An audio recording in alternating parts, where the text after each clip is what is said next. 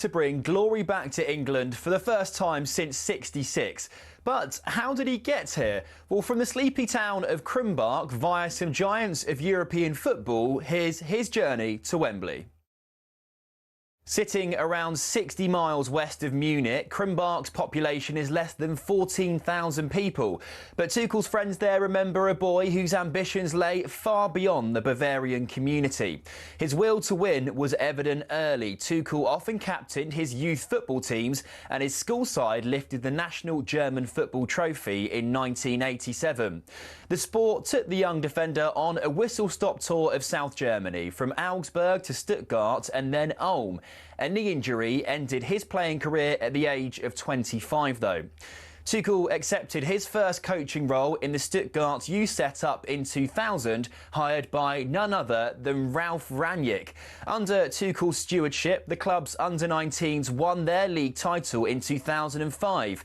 But Stuttgart chose not to renew his contract, feeling Tuchel had an abrasive personality. He went on to manage Augsburg's second team before spending 5 years at the helm at Mainz. He then followed in Jurgen Klopp's footsteps and moved from Mainz to Dortmund. Here, Tuchel secured his first major silverware, the German Cup, in 2017. 8 more major trophies came next for Tuchel in just 5 glorious seasons. He won 2 Ligue 1 titles and a pair of domestic cups as PSG boss. At Chelsea, he famously lifted the Champions League as well as a Super Cup and a Club World Cup, and he also bagged a Bundesliga at Bayern Munich. And then, 4 months after leaving Bayern, Tuchel was unveiled as England's new manager. I always wanted to come back to England. That was my big goal. I have the best memories of the country, of the league and of the players.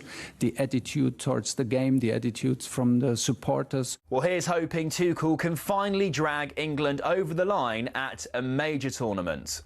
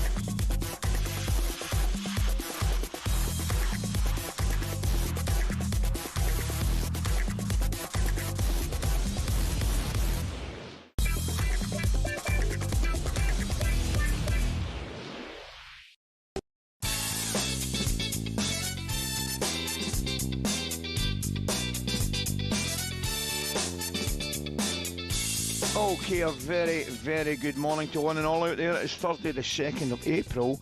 The time is exactly 4 minutes past 6. It's 3 minutes past 6 to be exact.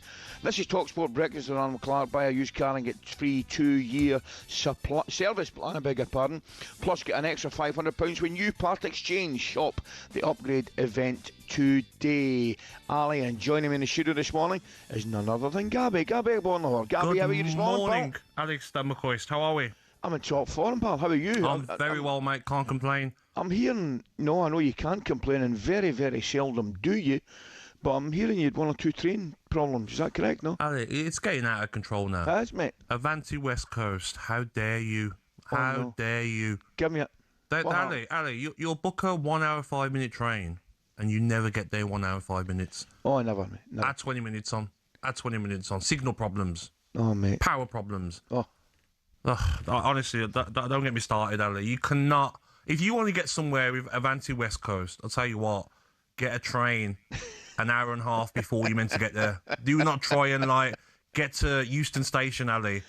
Mate, on time. Wow.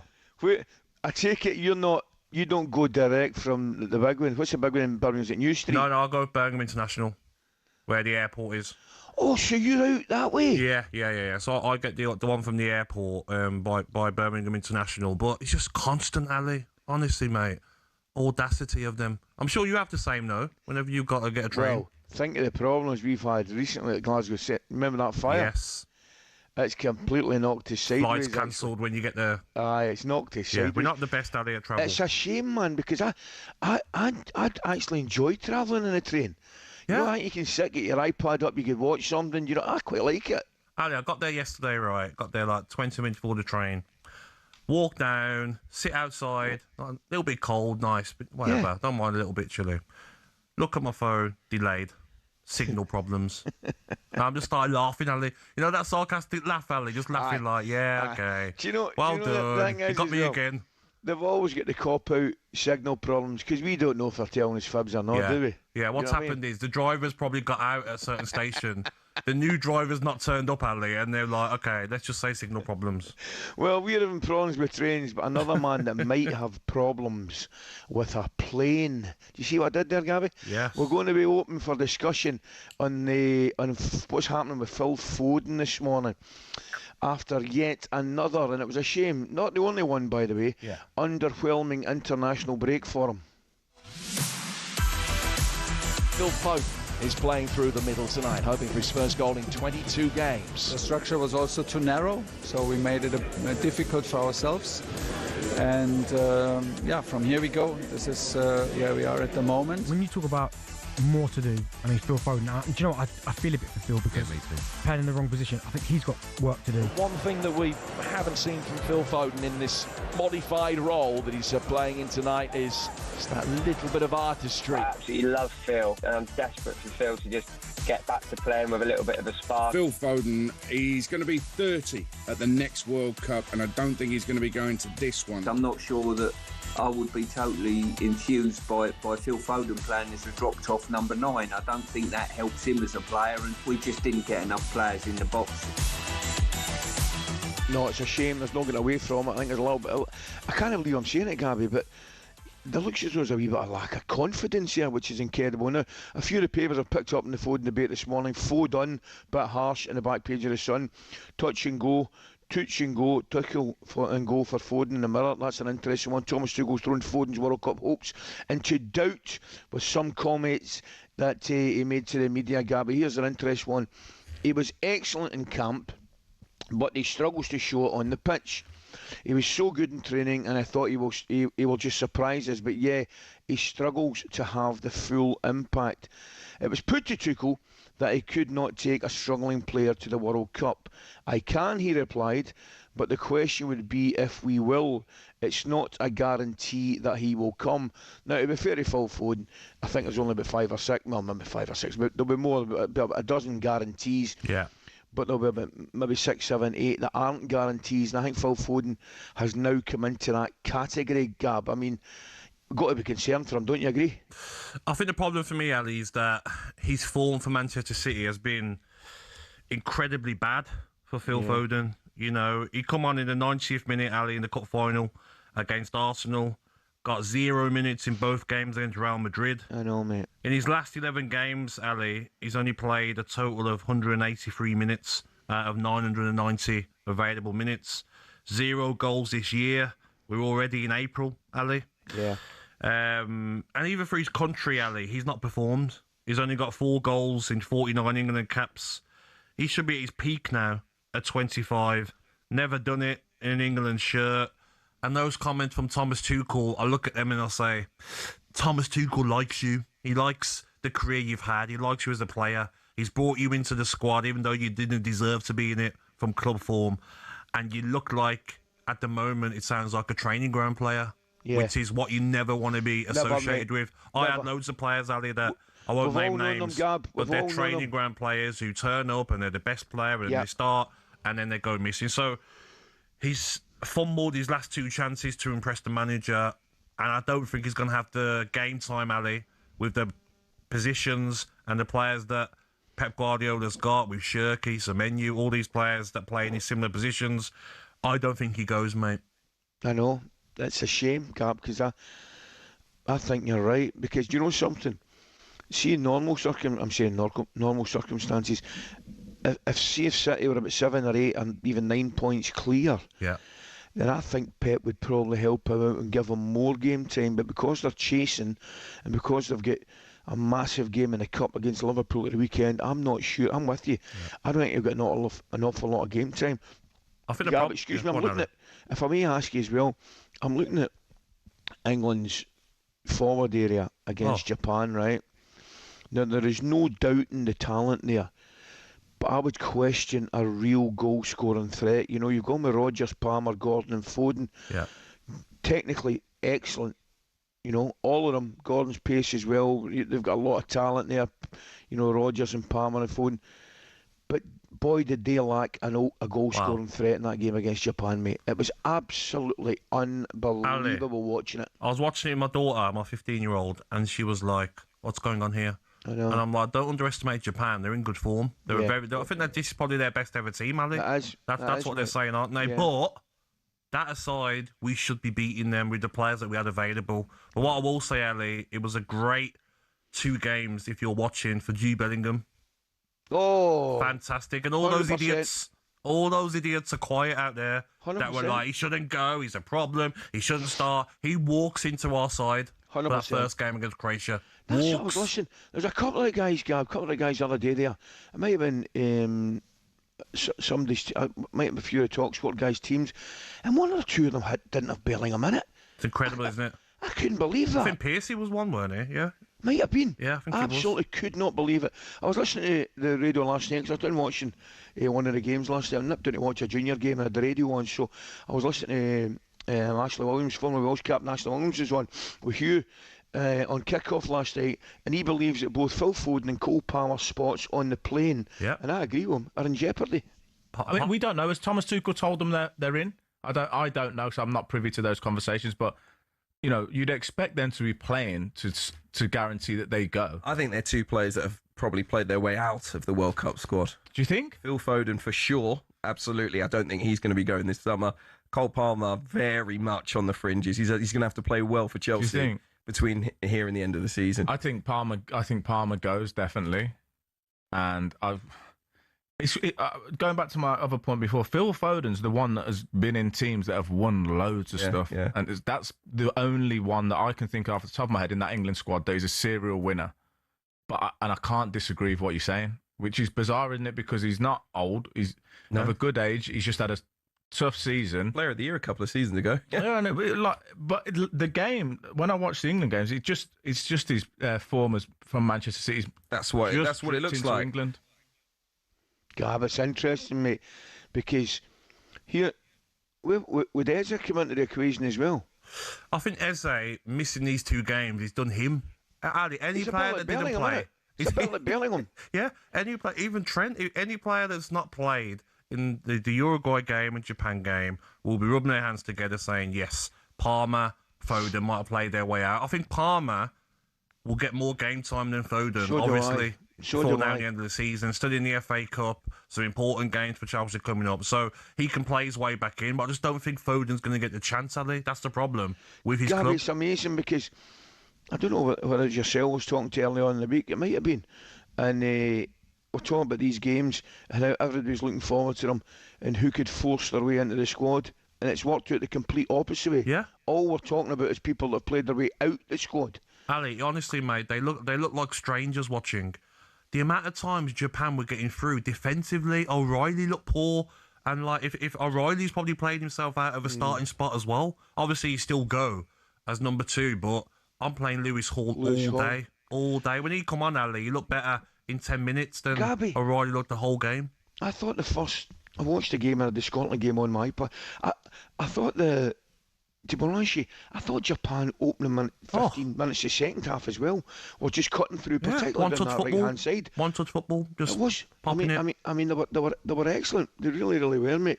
It's a big problem. Because Ali, all the idiots out there will pick it up every hour. Please never ever say Jude Bellingham should not start for this team. No, we're crying out for him, Ali. And even someone like Gibbs White, I bet he's sitting there thinking like, all right, let me get these 8 games. I had in my mind. I couldn't remember. That was the other one I had in my mind. Yep, 7 games, Ali. They're still in Europe. Let me really dig in deep now. Yeah. There's a space there for me. I think you're right. I think that was a great squad to miss. OK, mate, as Alexander Isak returns to Liverpool training, that's good news, great news, obviously. Yes. We'll ask whether last summer's drawn-out transfer saga has benefited anyone at all yet.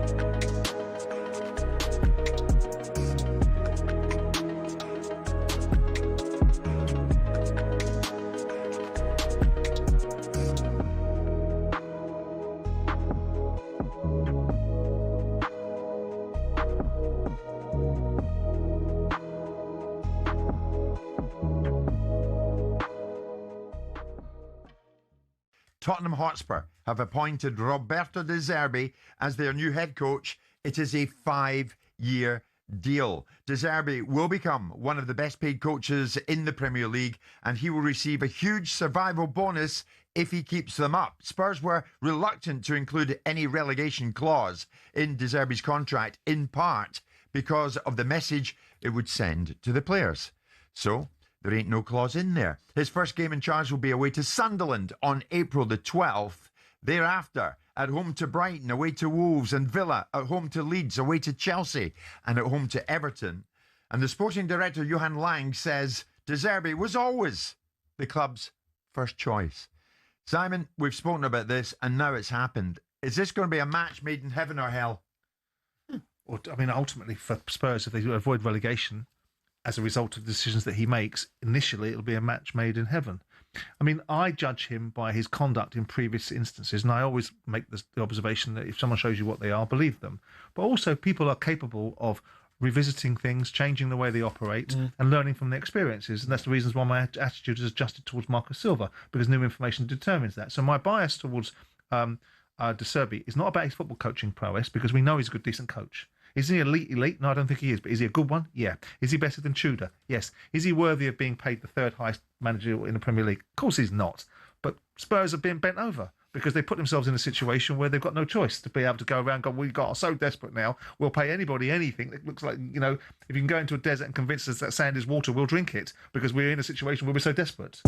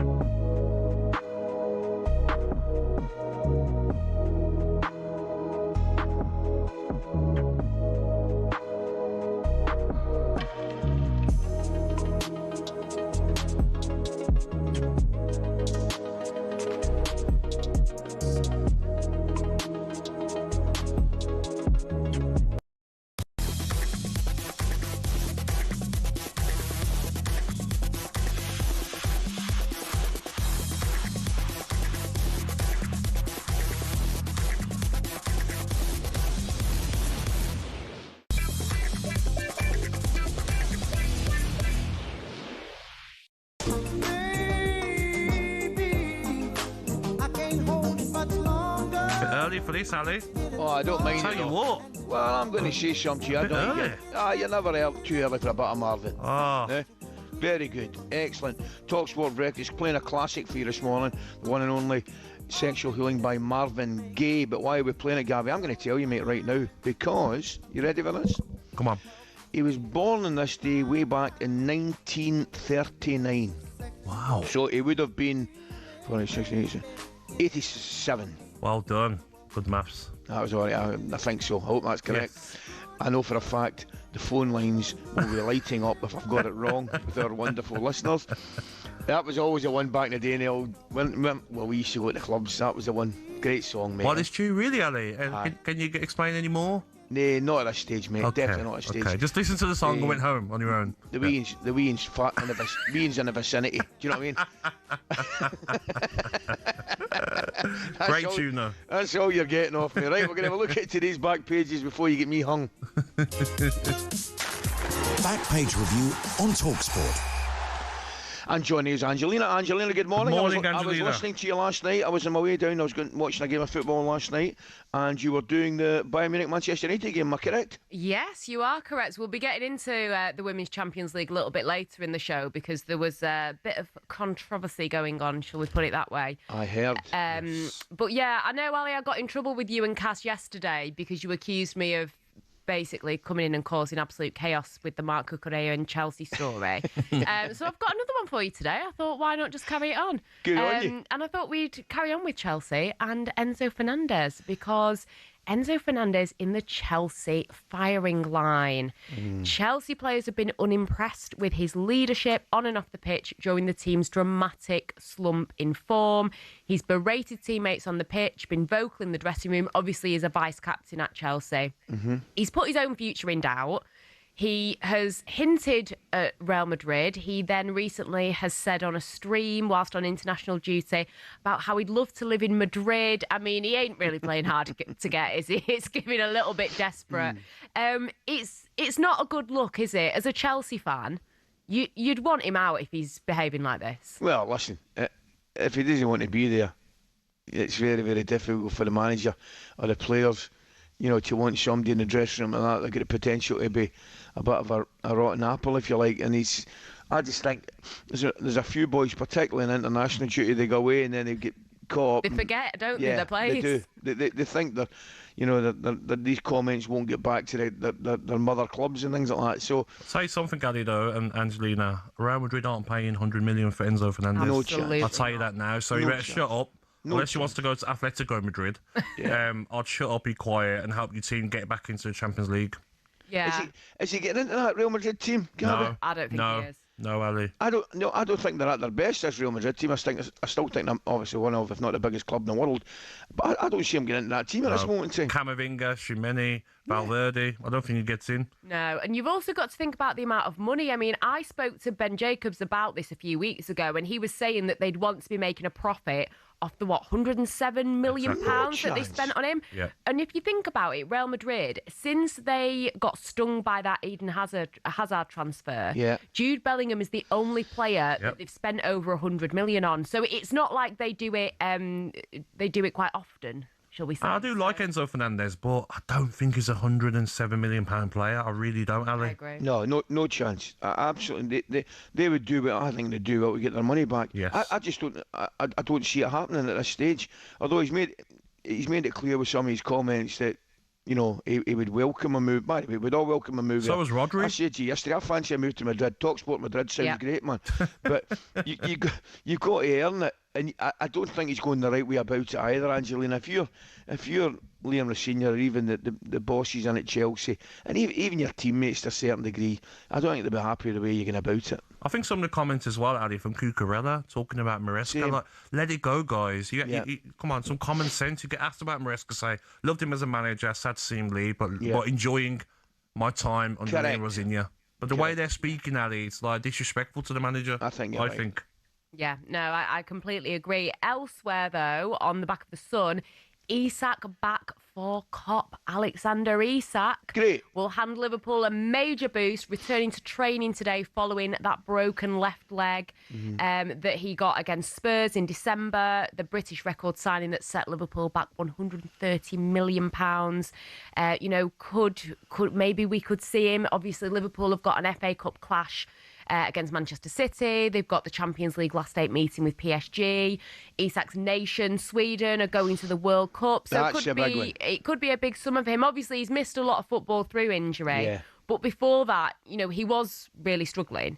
His only goals for Liverpool were West Ham and Spurs. And are there any guarantees, do you think, that this is going to work out? Because up until now, he has been a flop, but obviously he has had a broken leg as well. So maybe we need to give him a bit of a chance. Oh, he'll certainly need a chance now to come back. I'm delighted for him, because it was a bit of a nightmare. You're right to mention it did not hit the ground running. And then the last thing I needed, obviously, was that injury. But it's great to have him back. And what an incentive for him, Gab. What an incentive for him. Liverpool have got a massive game at the weekend in the FA Cup. They've got a massive game in the Champions League. So you never know how those games go. And then, obviously, if you can get yourself to a reasonable level of fitness, he could be playing up front with Gyökeres, couldn't he, in the World Cup? I just think the pressure on him, though, Ali, for me. I feel like Salah's going, the record transfer fee, 125, 130 million. He has to perform, and when he does get up to speed, I can't wait to see who plays as the number 9, Ali. Who gets pushed onto the left. I know. Because Ekitike won't be happy if he gets pushed onto the wing.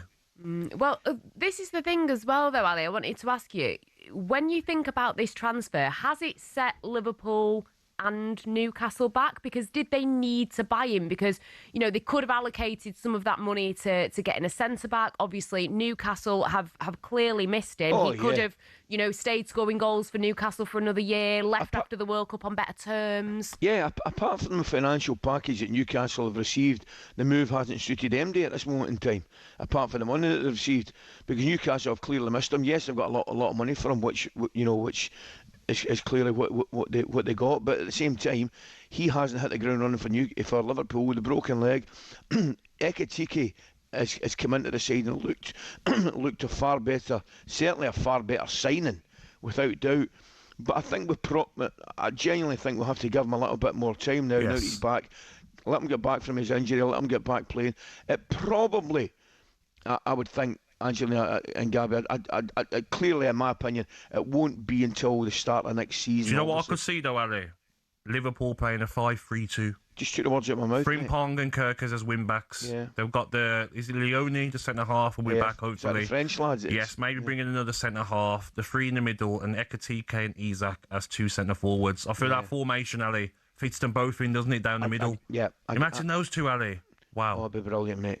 Absolutely playing fantastic. Together, Absolutely fantastic. So, I think the first thing you've got to say, it's great to see him back, because, you're right, he certainly never hit the ground running, wasn't playing at his best, because I'd clearly done with the injury. Good to have him back, and Liverpool will be delighted. Thanks for that, Angelina. Now, coming up next, you will hear Roberto De Zerbi's first message to fans. Coming next.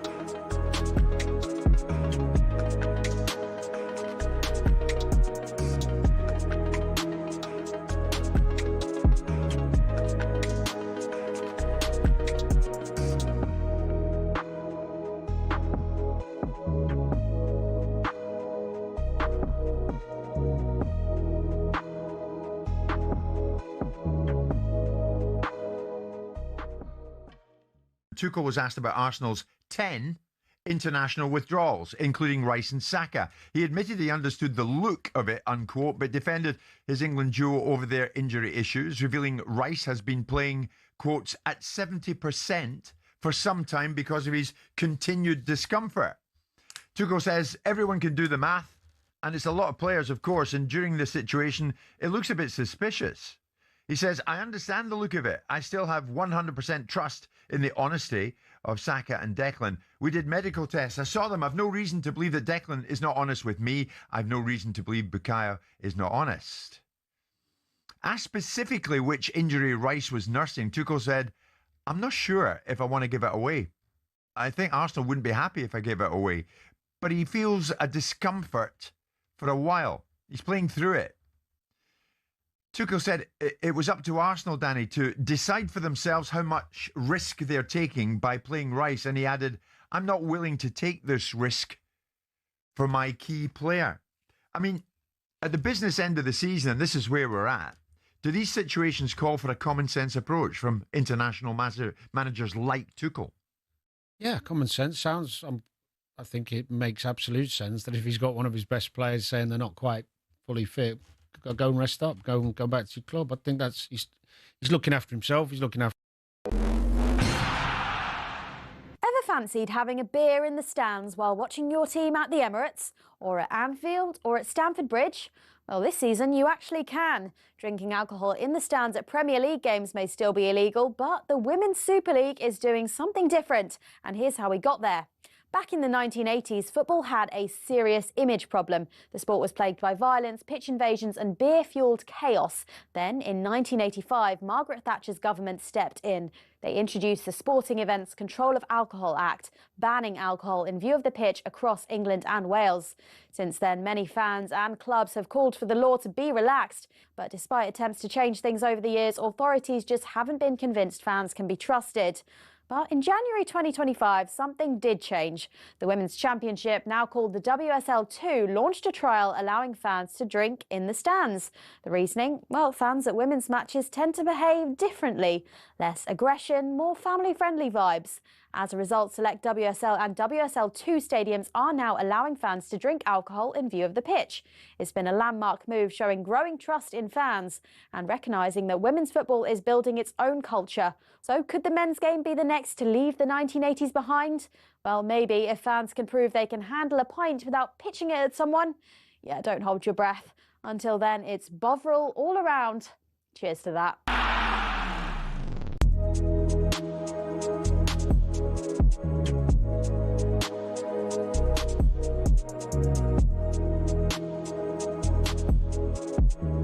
It says wants a credible.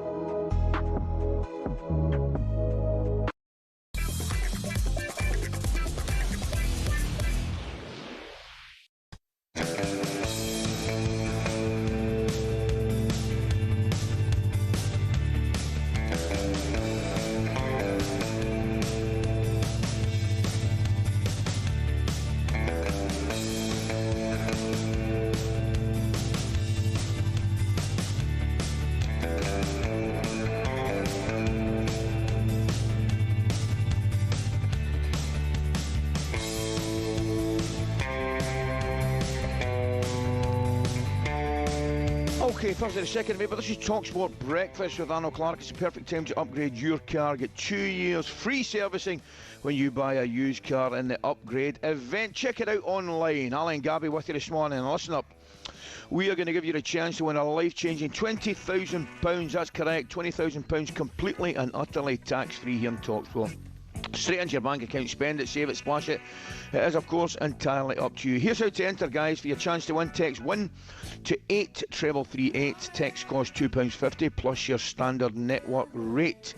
Bit of Pink Floyd in the background, don't mind it at all. Or call 0343 418 7260. Lines close the 9th of April at 4 p.m. That's when you need to answer your phone if it rings, of course. 18 plus UK residents only. This is a network promotion. Full T's and C's apply at talksport.com. Now, once again, for your chance to win £20,000, text WIN to 83338 now. Okay, it's official. Roberto De Zerbi signed a 5-year deal to become Tottenham's third manager of the season, but he arrives at a club in crisis. Of that, there is no doubt, hovering 1 point above the bottom 3 with 7 games to play. Yesterday, he reached out to the fans with a defiant message. Hello all Tottenham fans, I'm very happy to stay here with you. For me is a very honor and very proud to be your coach. I want to give my best. I want to stay for a long time in this big club. See you soon. There you go, short, sharp and to the point. Gab, it was interesting with Adam Lallana on yesterday. We had a great chat with Adam Lallana, Top obviously. Yeah, brilliant, absolutely fantastic. He was great, obviously doing his coaching now with the younger boys at Southampton. And obviously after 45 appearances under the Italian at Brighton, Lallana joined us yesterday to say that he's absolutely convinced, and he was convinced, Gabby, that his former boss is the man to save Spurs' season. Definitely. Not even a doubt in my mind. Not even a doubt. I just think they're very, very fortunate. And I'm actually slightly jealous. I was speaking to a player at Spurs who was picking my brains about him, and I just know how they're going to be in for a roller coaster, but a great one. Brilliant, Gabby. I mean, he was really, really positive. Mate, spoke, gave him officially a glowing report, but he has got a job in his hands, mate, as you know. Listen, De Zerbi looks like he signed, hasn't he, 5 years, no relegation clause. Even if they go down, Ali, he'll be the one to try and bring them back up. Yep. But I don't care who you bring in, Ali. Listen, they've probably got more of a chance now, of course, but the games they've got left, Ali, next up is Sunderland away. I just can't see Spurs beating Sunderland away. I just can't, Ali. Yeah. The pressure's off Sunderland. They played like that against Newcastle, beat them in the Tyneside derby. I think it's touch and go. But what I would say, Ali, is yes, he's a fantastic manager. Done a great job at Brighton. Got them into Europe. Finished sixth in the first season in the Premier League that he managed. But I didn't like the way he left Marseille, mate. They failed on the last day to get in the top 24. Yeah. Toys out the pram. They lost after that 5-0 to PSG. They're big rivals. Then he jumped ship, Ali. So that's what I didn't like about his time at Marseille. But at Brighton, he done well. So fingers crossed they get the De Zerbi from Brighton. Tell you what, he's got a job in his hand. Joining us now for a bit more on this. A very good morning to sports fan and podcaster Ricky Sykes. Good morning, Ricky. Good morning, Ricky. Thanks for joining us, mate. Are you filled with enthusiasm this morning, Ricky? I'm trying to be, boys. I'm trying to be another manager at Tottenham. I'm trying to be. Crazy season. Crazy season. Thanks for having me as always. Yeah, look, he's got a big task on his hands, like Gabby says, but 7 cup finals remaining. A lot of noise around the appointment. I just think we need to get behind him now and hope he can be the man to save us, because if he does save us, he'll be a hero. Because I think after that Forest game, it looked very, very unlikely that I thought the mood around Tottenham, anyone could save us. And but the fact they've somehow got him here, I don't know anyone in their first interview that says within the first 20 seconds, I plan to be here for a very, very long time, which is crazy, but it's Tottenham. Yeah, I think he was maybe covering himself there, because maybe 1 or 2 people might have felt he'd have jumped ship if he'd get relegated. I think that was more directed at that, Ricky. Ricky, I was going to say to you, mate, and you've kind of touched on it there.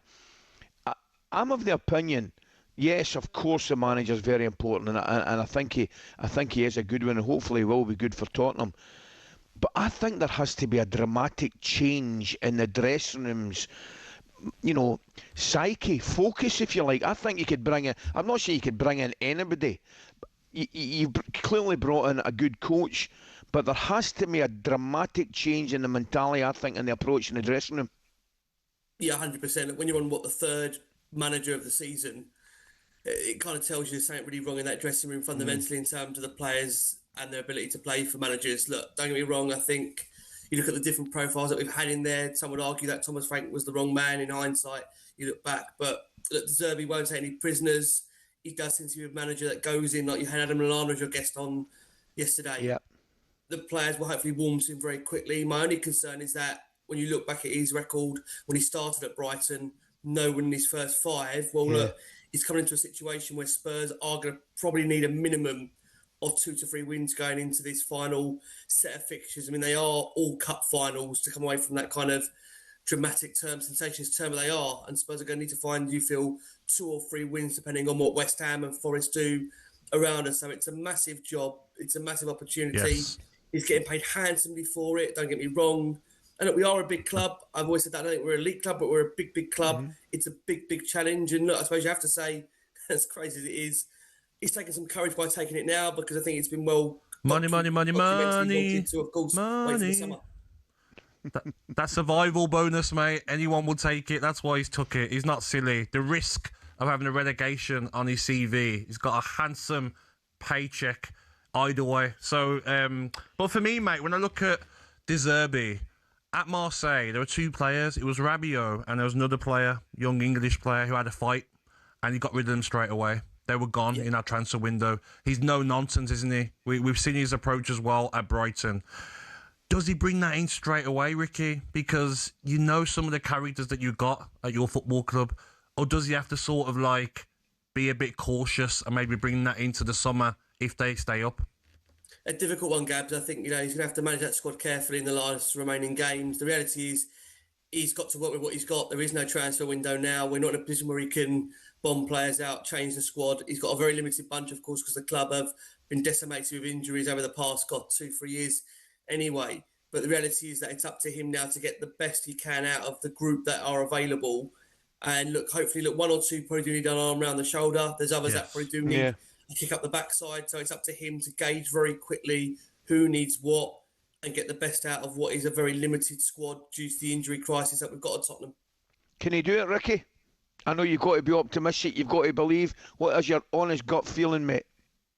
Well, I feel a lot more confident now than I did walking out the Forest game. I'll be honest with you, Al. I do feel that, given the nature of the coach that we've got, I do think we've got the best coach available out of a very limited pool at the time. And I think somebody said this is not an appointment for maybe the fans. This is an appointment for the players, because someone like a Harry Redknapp, a Tim Sherwood, a Glenn Hoddle, a Chrissy Houghton, they would have been good vibes managers. But the reality is, had they got beaten in their opening couple of games, many would argue, well, they're out of their depth, they can't perform, they're not good enough. So with Zerbi, who is a coach, a progressive, a developing coach, you'd argue that if things don't go to plan, as Gabby alluded to in that Sunderland game, then his first home game, ironically, is against Brighton. Yes. So he's got time on the training ground to He's got 10 days now, isn't he, as well, Ricky, till they play again. So that helps as well.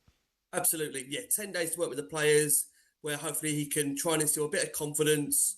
And I think everyone talks about his playing style, how he seems to get the best out of players, that he needs to do it very, very quickly. Like I said, my only concern is didn't start quickly at Brighton, hasn't started quickly at a lot of the clubs. When he goes in mid-season, he has to start quickly at Tottenham, given the nature of the teams that are around us and the battle that we're in. Well, we certainly talk about players who are going to transfer. They have to hit the ground running, and that is one manager. I think you're right, Ricky. He has to hit the ground running. Thanks for your time, mate. Cheers, times mate. will tell. Interesting times ahead. Okay, what have we got now? Stop with coming breakfast. Superstar Breakfast preview on talkSPORT with Travis Perkins. Download the new improved app to easily manage your accounts and quotes.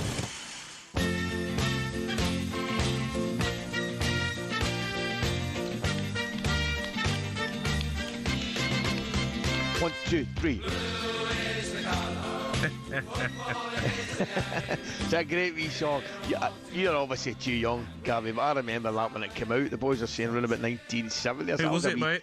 I was a wee boy. It's Chelsea. No, who sang the song? A Chelsea squad. It was a Chelsea squad. It? It was a Chelsea squad that sang it, mate.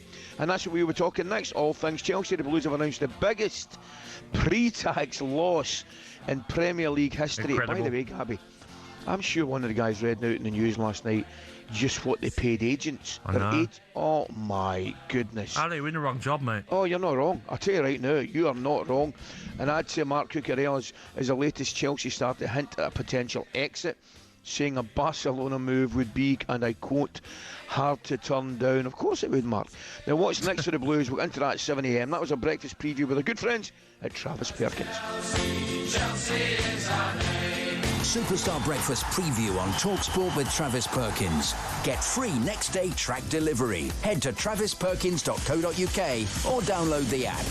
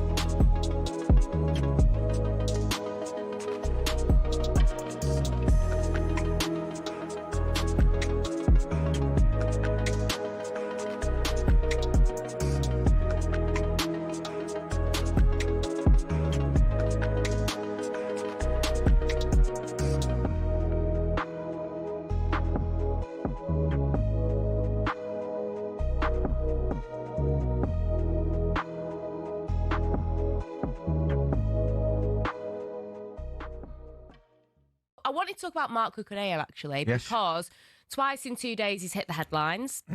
He was talking about saying that it would be so difficult to turn down Barcelona if they called, but he's now criticised the sacking of former manager Enzo Maresca and the club's transfer policy. On the sacking, he said, the moment Enzo Maresca left, it had a big impact on us. If you asked me, I would not have made this decision. Not positive if you're Liam Rosenior reading that, is it? I don't know what's going on at Chelsea, my former club. I don't know. There's a few players now, isn't there? Cole Palmer's been linked to a move. We've got Cucurella, obviously Enzo Fernandez with Real Madrid. Well, let's get it right, okay? And Ali, jump in on this. You've been a manager. One of your Rangers players, you know, is quite vocal about he'd love a move and the previous manager was better than you. How are you going to react to that? Oh, he's getting the curly finger. Yeah, come here, you. Office.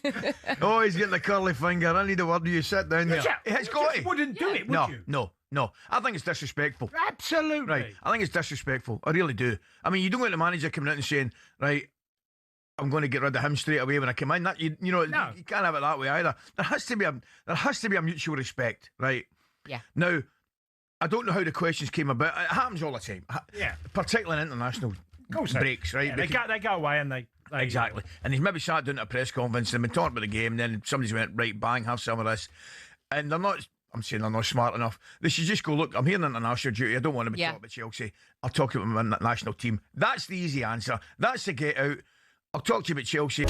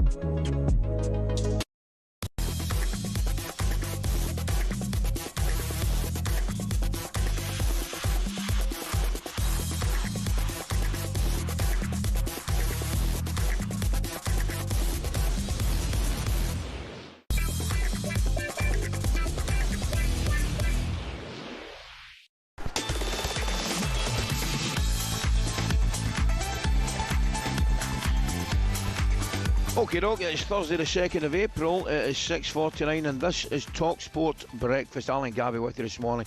What do we know this Thursday morning? Thomas Tuchel says Phil Foden does not have a guaranteed place.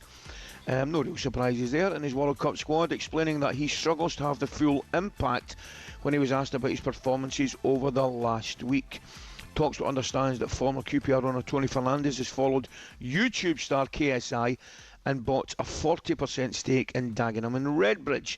And ahead of Saturday's huge fight against Derek Chisora, Deontay Wilder has caught up with the talkSPORT team and told the boys why this has all the ingredients of a great evening. Well, this is the time. This is the moment. I'm in the right place. I have the right opponent with Derek Chisora, you know, and this is going to be an amazing fight. Both of our 50th fight. We're coming with everything. I'm coming with all I have. He's coming with everything he have. And this is going to be a great fight. What's your gut feeling, Gab, on this one? I'm looking forward to it, actually. I can't wait, Ali, and I can't call it because Deontay Wilder has been dreadful in his last few fights. Yeah. Derek, at his age as well, his last fight, he's going to want to go out with a win. I just think it's going to be whoever really connects first, Ali. Yeah. This could be a short fight, literally like, I'd back Derek Chisora to do it though. I think I'm probably with you, but I'm looking forward to it. Yes. Heavyweight season continues this Saturday right here, as you heard in talkSPORT. as Derek Chisora takes on Deontay Wilder. That's at London's O2 Arena. Our expert team, our great team, and so they are. We'll keep you up to date throughout a busy fight week, and don't forget that you can watch along with us ringside on the night of the fight. That's correct. Wilder versus Chisora this Saturday live on talkSPORT Network and the talkSPORT Boxing YouTube channel from 7 p.m. or watch it live on DAZN. Angelina, you're back with us. I am, and earlier we touched on the Women's Champions League. Last night was a big one. It was the second leg of the quarterfinals. Manchester United bowed out of the competition. Controversy, though. 5-3 on aggregate to Bayern Munich. With Manchester United, I think the main thing is that this was the first time they were ever in the competition in their history. So to get to the quarterfinals was good. But the main talking point was Arsenal versus Chelsea. Arsenal won the tournament last season. They beat Barcelona 1-0 in the final. And they lost on the night 1-0 to Chelsea, but they won on aggregate 3-2. They'll go through to the next round. They'll face either Wolfsburg or Lyon. But there was VAR in both matches, and whilst a lot of people don't like it as a concept, it felt very strange that it didn't get involved in some of the very, very clear errors. There were disallowed goals in the first leg, and with minutes to go last night, Arsenal left-back Katie McCabe pulls the ponytail of Chelsea's Alyssa Thompson, and the ref was not even sent to the screen. McCabe has posted on Instagram that she meant to pull her shirt, but bottom line is she didn't pull the hair. So hair pulling is a red card. Yeah, it's like, oh, is that all you meant? Don't worry about it. So it is a red card offence, and it always has been. It's just obviously less common in men's football. Gabby, I assume you kept your hair short in the day to avoid it. Listen, when I was 10 years old, I would have had a problem. I had a nice afro, Ali. Yeah. A nice Will Smith afro from Fresh Prince of Bel-Air. No way, did you, mate? Yeah, but during my playing career, Ali, I didn't struggle with people pulling my hair. No. What about you, Ali? No. I had one or two problems, but that wasn't one of them during my playing career. I can tell you, mate. I mean, it does happen in the Premier League. Michael Keane was sent off for Everton against Wolves for pulling Arakadare. There we go, got there in the end. His dreadlocks. Christian Romero escaped punishment in 2022 on Kukurella. And this has happened to Alyssa Thompson before, because in September against West Ham, a player was sent off, given a straight red for pulling her hair. So it does happen, but like I say, it is actually a red card offence. And Sonia Bonpastor, the Chelsea manager, she was enraged on the touchline. She actually got sent off because she was protesting. I saw that. But post-match, she didn't hold back. I brought the phone with me. I don't know if you can see that, and that's probably not usual. But if you look at this video, and I don't know if you can see, but for me it's clearly a red card for the Arsenal player. She's pulling Alyssa's hair. So I think for me, if the VAR again is not able to check that situation, I don't know why we have the VAR.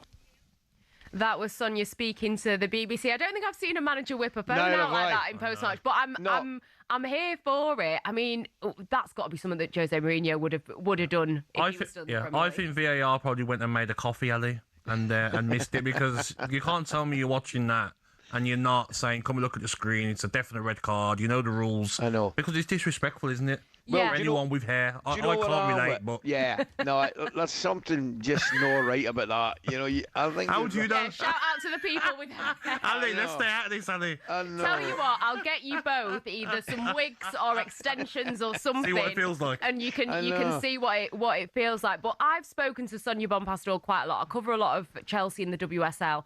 I have never seen her that angry, and rightly so. But it's frustrating that there is no VAR in the WSL. There are shouts for it. There are opinions on it. There's been a lot of calls this season. Would you want it in? You know what? But again, it comes down to if it's being used in the right way. Yes. Because if you're looking at that game last night, if it's not going to be used in the correct way, then what's the point? And I think a lot of people do enjoy, like people enjoy the EFL, like people enjoy the WSL, because that isn't a factor that works into it. They've just done a survey. They've just done a survey where 97% of people said it did not enhance the game. So if I was the girls, Right, and I know that's a shocker last night. If I was at Gillies, I'd continue to enjoy my football without VAR. That's just my own opinion. I would continue to enjoy it, but I get the point. If you've got it there and they've not used it, then that's totally wrong, because I mean it looks a clear free kick and a sending off. I want to see more managers whipping phones out now, though. 100%. I really like that. yeah. Oh no, you two behave I like yourself, that, man. Ali. Come on, you had that idea of come to Jose Mourinho. He'd have been doing that, wouldn't he? Listen, I spend my 24 hours a day taking the phone off my kids, right? I do not want to see my football manager. It's not evidence, though. It's evidence. Do you know what I mean? I really appreciated that, and I'm covering Chelsea in the FA Cup on Monday, and I'm going to tell Sonia I very much appreciated that. But for Chelsea, it's a shame, because this is the one trophy that they've not won, and they brought Sonia in because she won it with Leon. So yeah, disappointing one. But Arsenal got some forward line, haven't they, Arsenal? Pardon? They've got some forward line. Yeah, they do. I mean, Alyssa Thompson is absolutely brilliant, and maybe the reason why she does get her hair pulled so much, she's so fast. Yes. She's insane. You've got someone like Lauren James, who's amazing. Myra Ramirez has been out with injury, but she is a very good player. You've got Sam Kerr. But then Arsenal, you've got Alessia Russo. There's a reason she came third in the Ballon d'Or. Yes, she's top. Amazing. So, yeah, Arsenal through to another semi-final. I think they've got a very good chance. I mean, on the other side of the bracket, they'll probably meet Barcelona again in the final if they get there. They should have Aitana Bonmati back by then. I know that she's been out with a broken leg. They've got a lot of great players, Barcelona, but the squad is a lot smaller. They've lost quite a few players, and I think Arsenal's squad depth is amazing. Angela, I tell you what I did notice was your kind of last comment when I was driving up the road from watching one of the junior games last night, where you left us hanging with a question over the future of the Manchester United coach, Angelina. Yes. What do you think? I think his time is up, if I'm being completely honest. I think Mark Skinner obviously won the FA Cup with Manchester United, and since then they haven't really challenged. They really struggle against Manchester City. They got hammered 3-0 in the WSL at the weekend. They lost in the League Cup final to Chelsea. They didn't even show up. They've only beaten Chelsea once in their history. They struggle against Arsenal, and whilst Mark Skinner's been very good, he can't take them to that next level. And to be fair, Man United did bring in new players in January like he wanted. Would you take Unai Emery or not good? No, you're all right. Unai Emery. Well, I said to you, the Aston Villa women's manager has actually been doing a good job. Sure? She's good enough? Yeah, she's good enough. She's good enough. It's just Unai. I'm so glad to hear that you've moved on from that. No, I haven't. No, don't Hit worry me hard, about that did. Angelina, thanks very much. The coming on next, Chelsea have announced a pre-tax loss of 200. Can't believe I'm reading this. A pre-tax loss, listen to this, a pre-tax loss of £262.4 million when they asked the Athletics Simon Johnson whether punishments may be incoming next. That's unbelievable.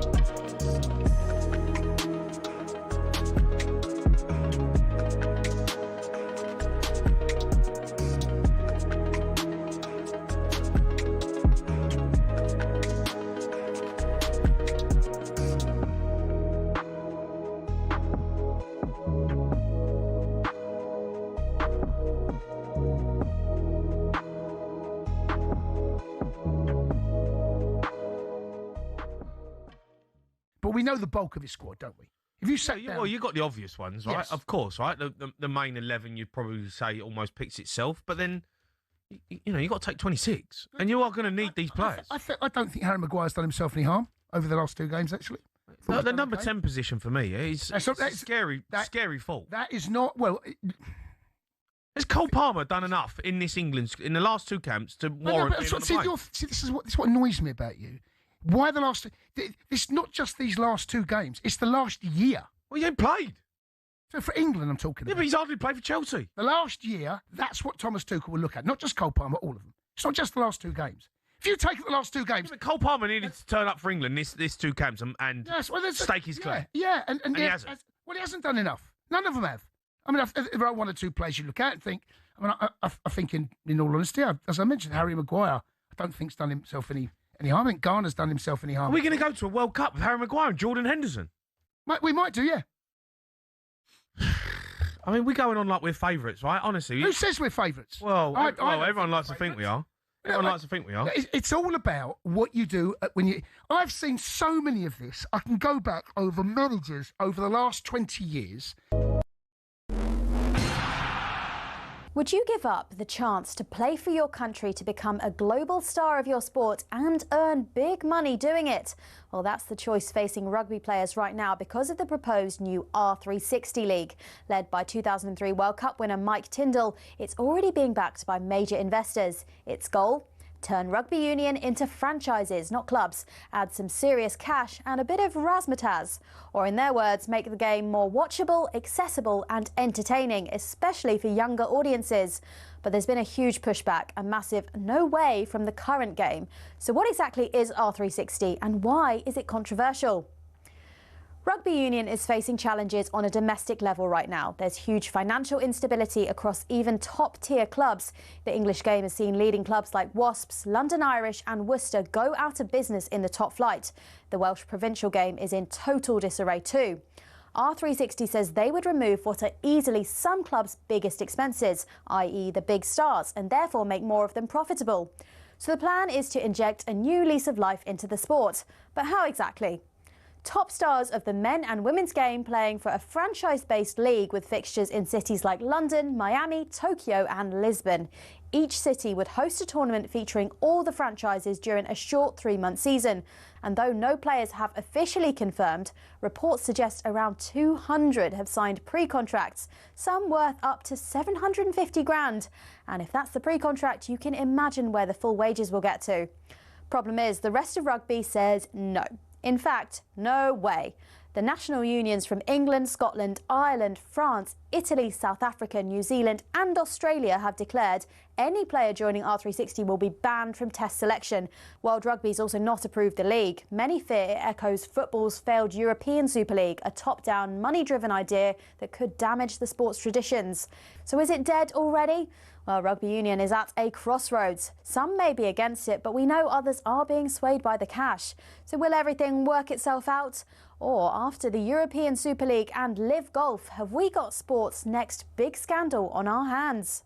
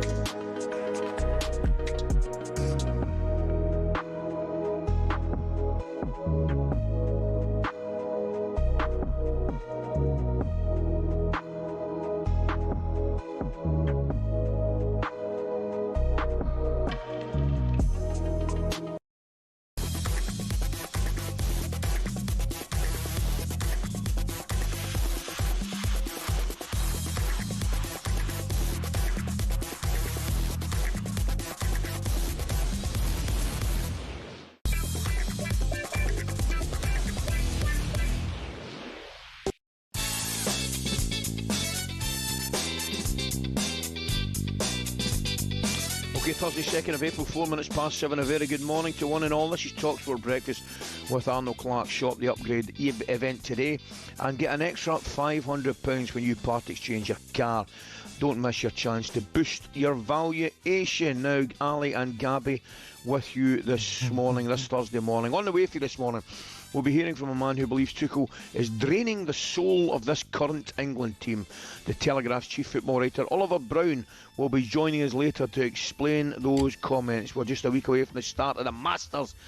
So a little later, we're going to speak to four-time major winner Dame Laura Davis. Great stuff. Looking forward to that, to find out who she thinks will take the win at Augusta this year. And with a big fight in the cards this Saturday night, we will be checking with former cruiserweight world champion Tony Bellew to find out who his money is on. All that and loads more to come. But now, excuse me, Chelsea Mark's Cucurella has been making the headlines in the last few days over some of his comments made about the club, and namely the sacking of Enzo Maresca. Cucurella said, "The moment Maresca left, it had a big impact on us. These are decisions taken by the club. If you asked me, I would not have made this decision. The instability around the club comes from this." Danny Murphy had his say on the comments. He believes that Cucurella might be plotting his own exit already. Shock horror. He's probably manoeuvring the way out. Feels a bit like that to me. Because you become more carefree with your words when you don't care about the consequences. If you're really happy and playing every week and everything's going well, you don't talk like this. You don't talk like this. So I would be... Reading that makes me think he'll probably be gone. Wouldn't surprise me. The spotlight has been on the club following the release of the financial report for the year. Here's some of the key takeaways from that report. They suffered a record-breaking pre-tax loss of 262 I'm staggered at that. 262.4 million for the financial year, the largest annual loss ever recorded by an English top-flight club. They spent the Premier League record 65.1 million in agents' fees. I'm going to give you that again, Gabby, okay? Just in case you didn't clock that the first time. They spent a Premier League record 65 million on agents' fees. Wow. Nearly double the next highest spender. Pleased to see you join us now for a bit more on this. It's a very good morning to Chelsea writer for The Athletic, Simon Johnson. Simon, very good morning. Good morning, Simon. Thanks for joining us, mate. Where do we begin, Simon? Well, that sums Chelsea up in a nutshell, doesn't it? I mean, it's always a story at Chelsea, and not always because they're winning something, but you talked about a couple of the figures there. It shows they can top the table in a couple of things, but perhaps not the table they really should be worried about, most of all. I tell you what it has been, mate. It's been, there's no other way to dress it up. It's been a really, really shocking couple of weeks where, I mean, all this stuff, whether it's players coming out and Fernandez and Cucurella and boys like that, and then all of a sudden you've got the nonsense about respecting the ball and all that stuff. It's just been a shocking couple of weeks, mate. Yeah, I mean, you could almost sort of start the clock or start the stopwatch for all of this around the 74th minute in Paris. Yeah. When it was 2-2, Chelsea were playing really well at the home of the holders in the Champions League. And then, of course, Jorgensen makes the error, and it basically the wheels have almost come off ever since. Of course, we're into the international break off the back of 4 straight defeats. Only the second time this century that has happened, and both of those have come under the Todd Boehly Clearlake era. And then, of course, yes, the respect the ball, the whole sort of pre-match, and also at the start of the second half huddle has created a lot of unnecessary noise. But I'd say the biggest issues are the kind of words coming out from 2 of the senior guys in the dressing room. We're talking about 2 of the guys that have been there the longest. Cucurella joined in 2022, one of the first signings of this era. Fernandez joined just 5-6 months later in January 2023. And this is the time of a season where you're looking for your senior guys to lead by example. Correct. And to get everyone together, because there's still an awful lot to play for.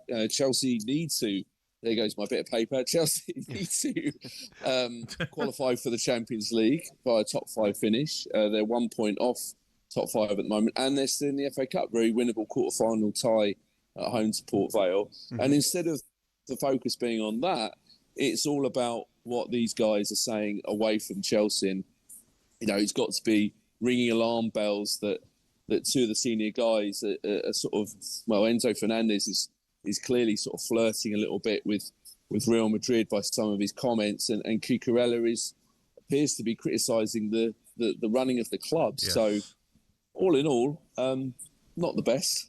Simon, we have to talk about Chelsea's record loss. I mean, it's incredible to lose that amount of money in a year, but The one that stands out for me, mate, is the £65 million on agent fees, 26 million more than any other club.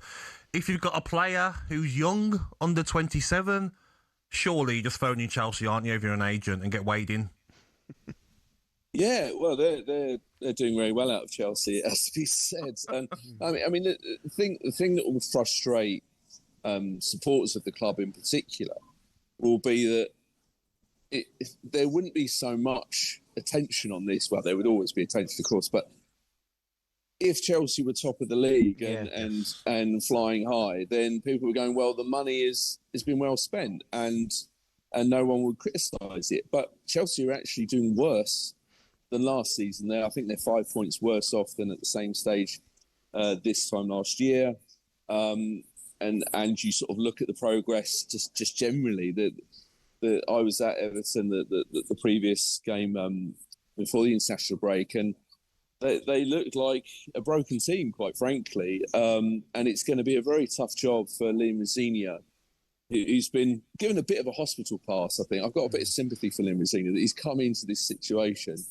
An awful lot of negative scrutiny around him from all quarters about his lack of experience and so on. Well, it's not his fault he's taken the job. I can't really blame him. But Chelsea's a really, really difficult job.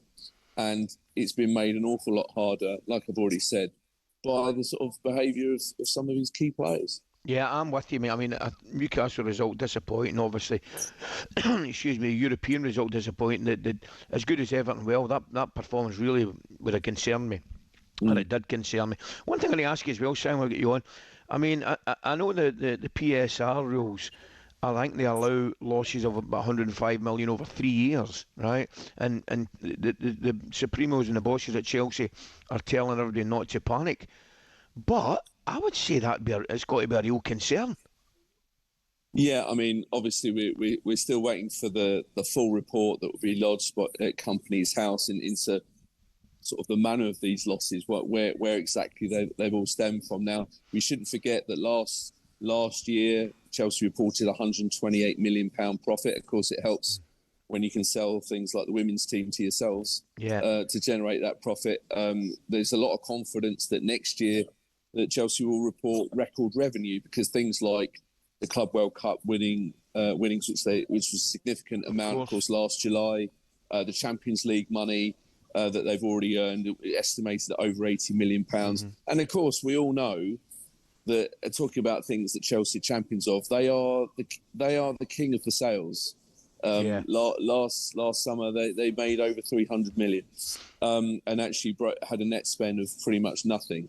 So these are the positives, but I would still sort of argue that Champions League is massive for Chelsea. That they need this both financially and also for the prestige, and to sort of give some encouragement that the project is still on track. It was the bare minimum that the club set themselves as a target at the start of the season and when Rosenior took over.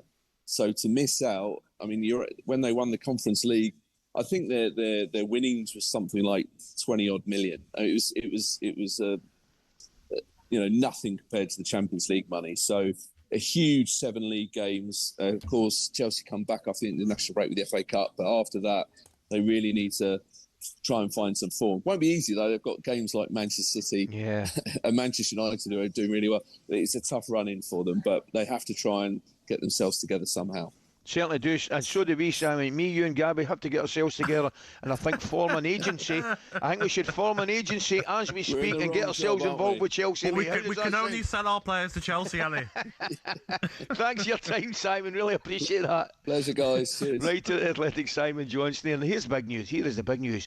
Gabby might just, I can't believe I'm reading this, be prepared to issue an apology to the Arsenal fan fraternity.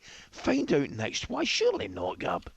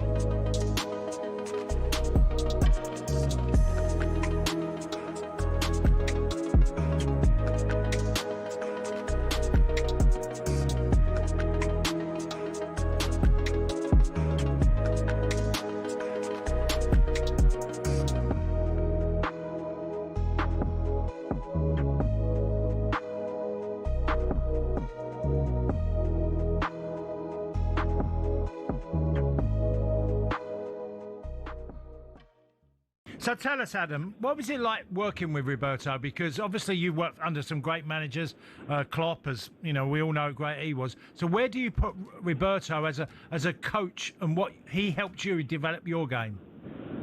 Right up there with the top. I always compared him with Jurgen. Actually, probably just the passion that they both possess for the game. I think kind of tactically and game model wise, they're completely different. But in terms of like love and passion for football, they're exactly the same. Adam, as an interest, I've got to read you a quote, if I may, from your teammate back in the day, Lewis Dunk, in 2023. He said this about De Zerbi, and I quote, "Since the new coach arrived, I see football in a completely different way." He said, "But the initial transition was carnage and confusion." So I get it totally. It maybe took a little bit of time for him to get his message over. The one worrying thing for Tottenham fans, he doesn't have a lot of time to get that over, though. No, I think listen, Roberto's an extremely smart man. He'll know that he's not got time to play a certain way, a certain style, and he won't be snobbish to not understand that. He knows he's got to go in there, motivate a group of men, and luckily for Roberto, he might not know that, but he's one of the most inspirational managers people there is, in my opinion.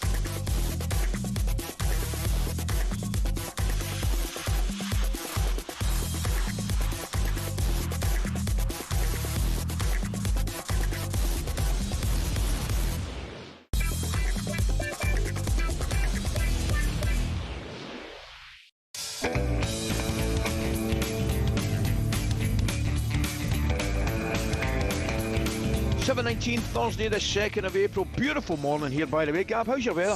Same. Just about to see it, Ali. Bit of blue, bit of grey. We don't mind, Ali. It's a little bit of blue sky. I'll take every day, mate. I tell you, beautiful here. Absolutely really beautiful. Aye, I'm don't not believe kidding you. on. Stunning, mate. Absolutely stunning. Clear blue sky, sun's out. Yeah, you think I'm at the wind up. Any wildlife in the garden? That's beautiful. Absolutely, mate. I'm going to have a wee walk in the garden later on. Beautiful it is. This is talkSPORT Breakfast. Alan Gabby with this morning. Now, from the Premier League spotlight to the National League dugout. Jermain Defoe, good on him, is officially the new man in charge at National League side Woking. Addressing the media for the first time, the former England striker spoke of his delight at finally landing his first permanent move into management.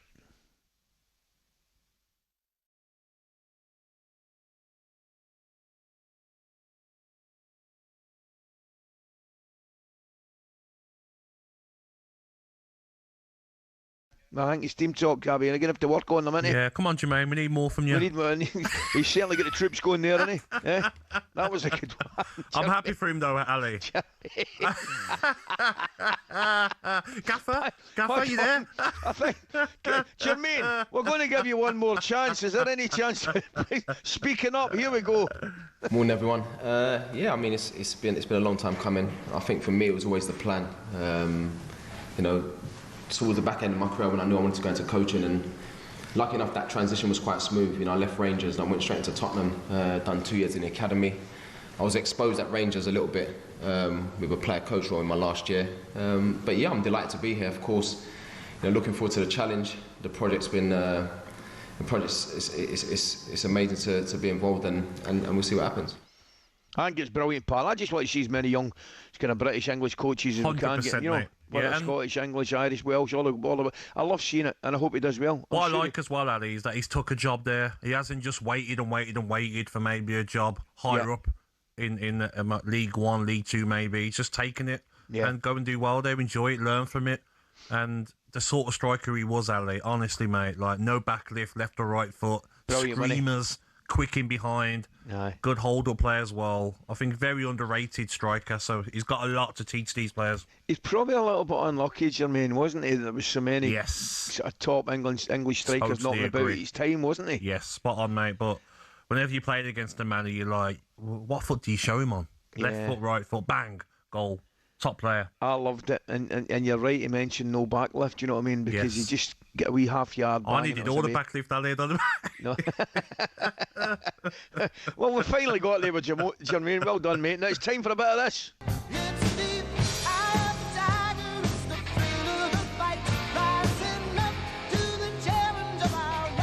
Great bit of music, that. You know who that is, Gab? No. Eye the Tiger. Yeah, I know. Rocky. Yeah.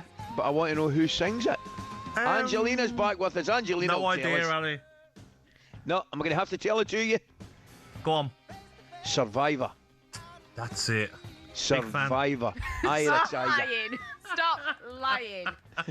You didn't have a clue there. Great tune, though. Great tune, great film. Anyway, we're talking about you in this section, Gabby, because the Arsenal faithful are hitting back at you. No. After you took aim at the Gunners. Gabby, you've been slaughtering the club after, 10, 11 players pulled out of international duty. Yes. So you were saying how players should miss the next league game if they pull out of international duty. Yep. But actually, on yesterday's talkSPORT Daily podcast, I was joined by broadcaster and huge Arsenal fan Harry Symeou, and he set the record straight and slammed the criticism that's aimed at his club. How many times, Angelina, have we said over the years, when England crash out of an international tournament, everybody was gassed out by the end? They didn't have the legs, they didn't have the energy versus the French sides, the Spanish sides, etc., because we don't look after our players. Work smart, and it's not just an Arsenal thing, it's about England working smarter as well. And I do think this season, for whatever reason, there is this desire to have a pop at Arsenal. You know, if it's not our playing style, it's players withdrawing from international duty, or it's something that Mikel Arteta said, or it's Martinelli having a pop at a player that was on the floor and trying to move. Like, there's always something. And to me, it's become ridiculous. When you're top of the pile, everybody wants to shoot you down. And that's what it feels like this is when it comes to Arsenal. Yeah, Gabby. Take that. Well, obviously the wonderful talkSPORT social team clipped up your comments. It went out on X and there were some responses. This dude really overrates himself. No one wants to hear your opinion. It's not Gabby's fault. He had 3 caps his whole international career, 0 club trophies. He's just not intelligent enough to understand the situation of a top-flight team that are close to winning the league. The main thing, though, is that you're getting branded as a bit of a hypocrite here, and I'm going to have to pull up some receipts that people have found on you, I give those Gabby. Receipts, didn't I, Mr. McCoist? Yep, you revealed that you skipped an England tournament to go on holiday to Dubai. Yep. Reports that you went AWOL and didn't report for England under 21 duty, and someone has actually come up with dates. So the 5th of November 2011, you started against Norwich. The 11th of November 2011, Fabio Capello announces that you'll leave the England camp due to a hamstring injury.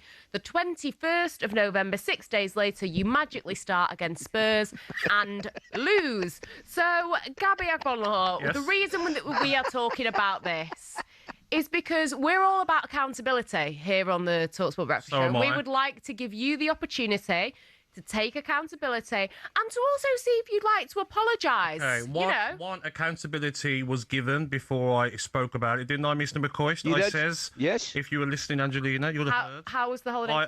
Decent. I said that I've done it. I miscapped for England. I pulled out of squads and I regretted it.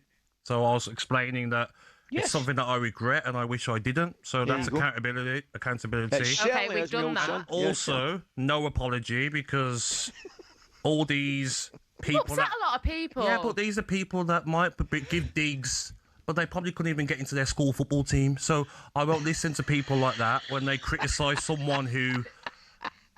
Are you talking about Harry Symeou here or no, something? people This in seems a bit general. rude. People in general who didn't play for their boyhood club over 350 games, Go didn't on, play Paul. for their country. Yeah, go on. Let them know. Didn't succeed in being a professional footballer. They didn't even get the opportunity to refuse to play, is what you're trying to say. At least you had the chance to. They didn't even get to refuse to play for their school football team because they probably weren't good enough. So I won't listen to their comments, and I stick by it.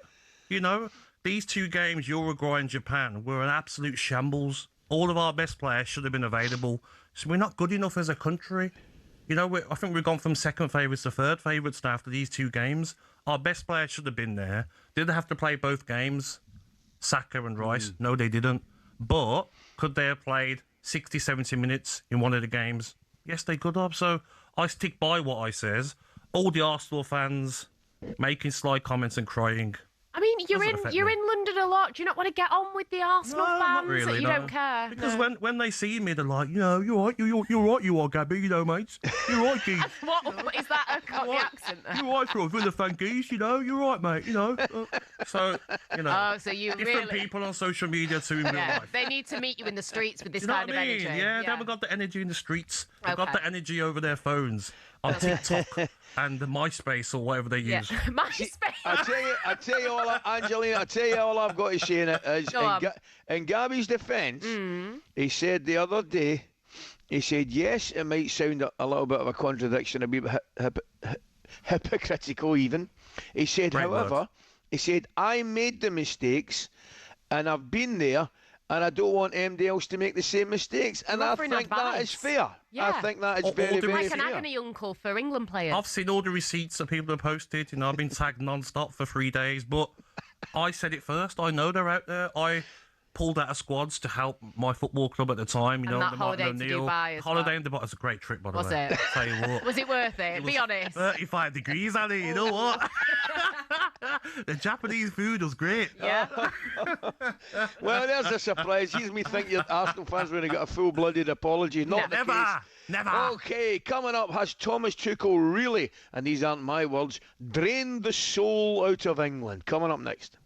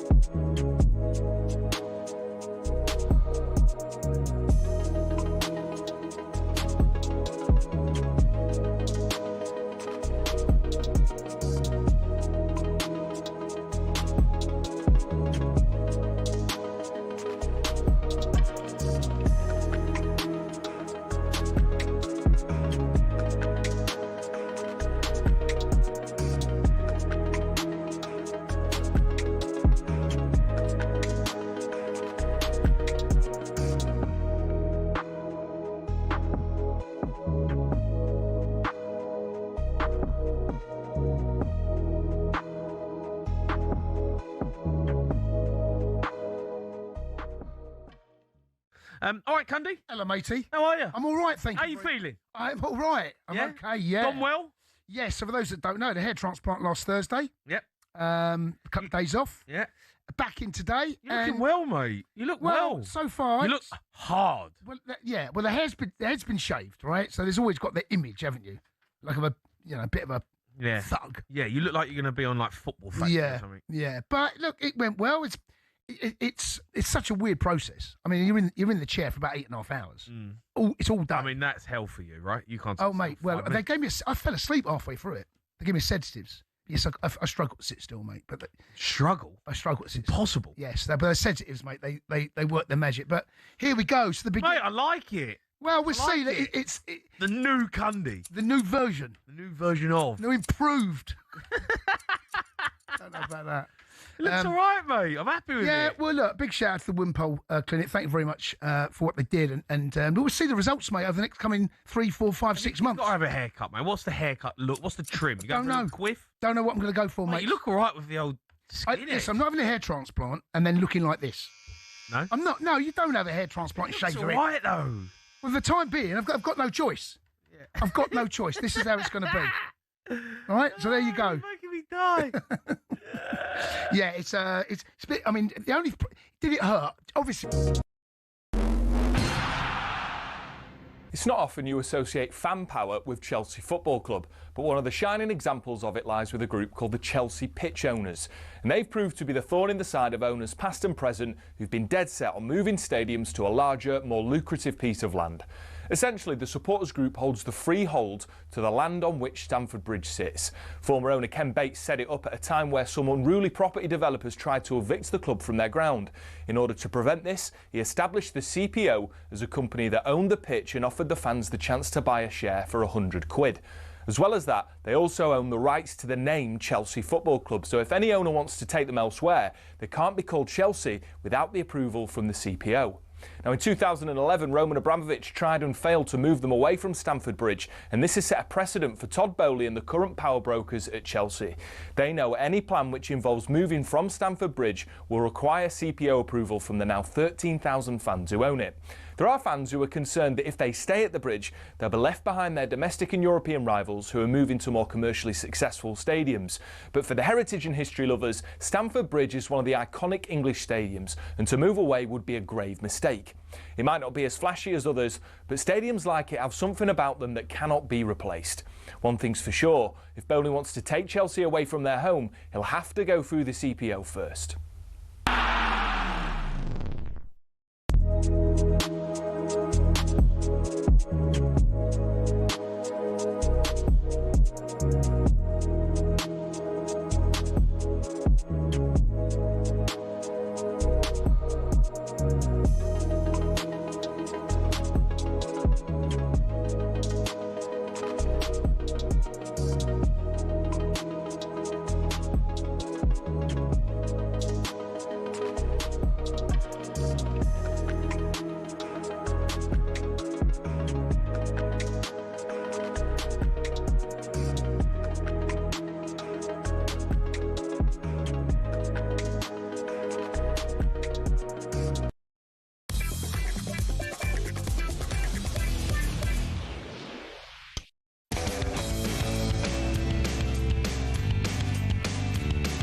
This is talkSPORT Breakfast. Arnold Clark. Buy a used car and get a free 2-year service plan, plus get an extra £500 when you part exchange. Shop the upgrade event today. Gabby and Alibi this morning. The latest episode of How to Win the World Cup is now live. Matt Ford and Jacob Hawley excuse me, speak to the authority on South American football, that is Tim Vickery. Oh, Gabby, I'll ever tell you about Tim. Tim's the loveliest man in the world. Is he? Right? Yes. Nicest man. I felt terrible. Every time I speak to him, I can't get it out of my head. I call him Phil, right? And he's that nice, he doesn't even remind me and give me a shuriken, do you know what I mean? You're filling him off? Oh man, do you know what I do now? See, when I'm talking to him, I write Tim in big letters in the pad in front of me, so I get it right. He's brilliant. He's normally on with the boys in the afternoon. Could you ask Tim if he wants to buy my flights and tickets for the semi-final? I'll give him a good rate, mate. I'm selling them at half price, Ali, to get some money back. By the way, what a dramatic U-turn that was. Oh man, yeah, I'm going to fly in here for the France game, and not anymore, mate. No, maybe that plans changed a little bit, have they? Yes, I'm just going to stay home with the kids, mate. Yeah. Well, listen, here's Tim explaining why Brazilian fans are not happy having players from the bottom half Premier League teams in their squad. Oh, come on. There's a distance which has grown up between a lot of the fans and the team, because they almost all play abroad. And it's funny you mentioned there's some in the Premier League. There's a real resistance to this. They really don't like it. Really? When it's players of what they see as small clubs. You know, social media just rages when players from Wolves are picked up or so, or are selected. West Ham, you know, I think even Tottenham Hotspur, you know, clubs that are fighting relegation. A lot of the players who play for the national team, many of the fans don't really know so much anymore. Yeah, and if they're winning, that's not a problem. But if they're not winning, that's a huge problem. Interesting, Gabby. I mean, harsh. I think it's very harsh. I mean, I'll tell you that in the latest Brazilian squad, the players come from Liverpool, Arsenal, Chelsea, Man United, Brentford and Bournemouth. That's no, but and by the way, the one, certainly Thiago at Brentford, he deserves, in my opinion, just the 19 goals, but you know, you're playing at Brentford, small club, you're not allowed.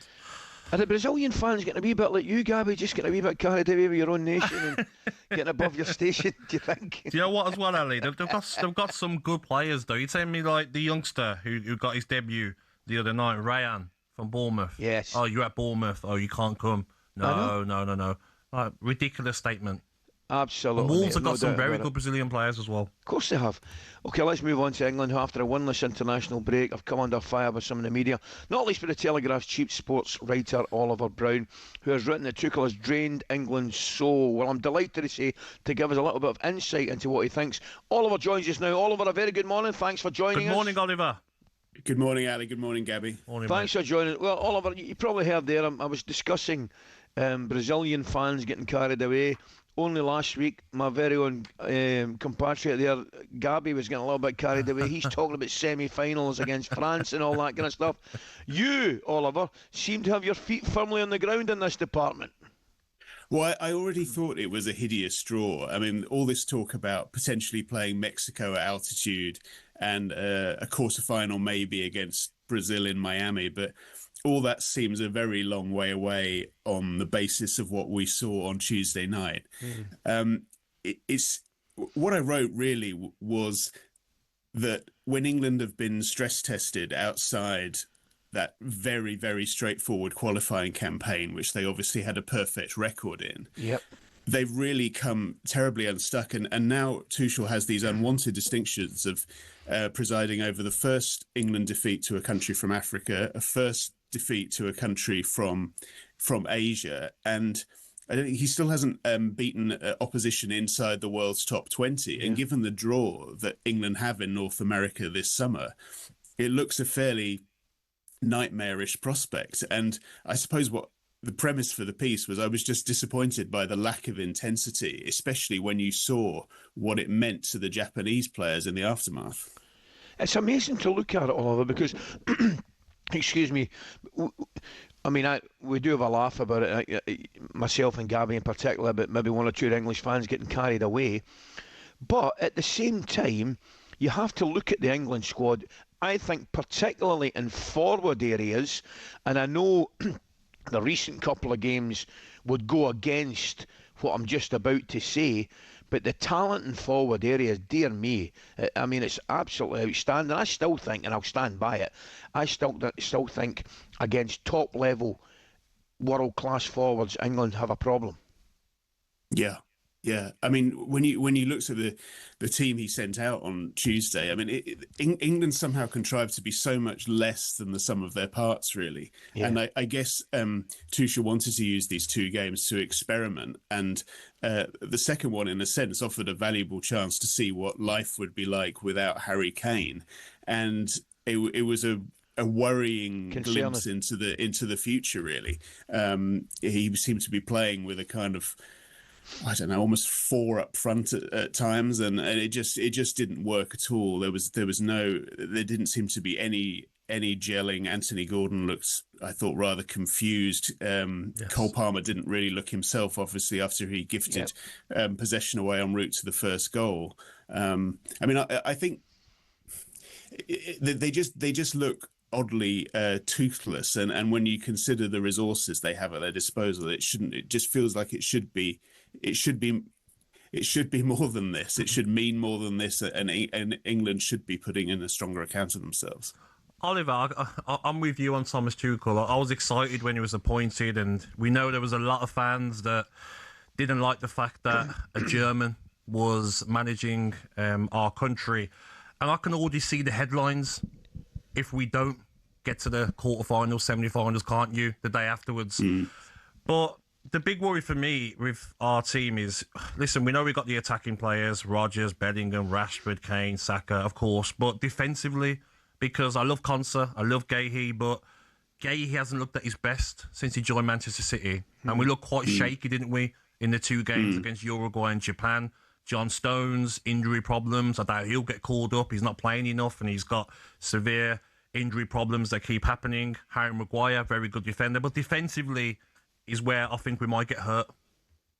Yeah, and I also don't think that Tuchel really knows what his strongest defence is as yet. I mean, I agree with you about I really like Konsa and Gahey, but it was striking to me the other night after the Uruguay game when he said that basically Harry Maguire was his 5th choice centre-back at best, and I thought that was harsh to say the least, because I don't think really that there's that depth with England, and you look at the kind of threat that Maguire has provided towards the end of both games, and to say that he's 5th at best, behind Chalobah, it just I thought it was kind of borderline disrespectful from Tuchel, and it makes me question slightly whether look, I don't doubt his ability as a manager. Like he won the Champions League for Chelsea at an absolute peak Guardiola period, but it's just his motivational ability sometimes. I think sometimes the messages he sends are really not the right ones in the moment. And it's applied,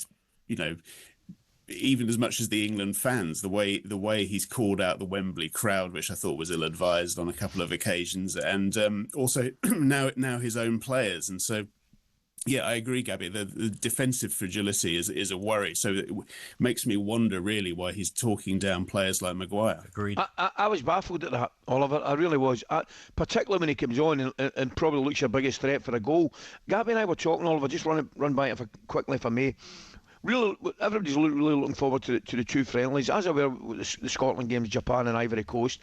But the England ones in particular, Oliver, I mean, at the start, before the first ball was kicked, we're thinking, right, let's see who can play their way into this England squad.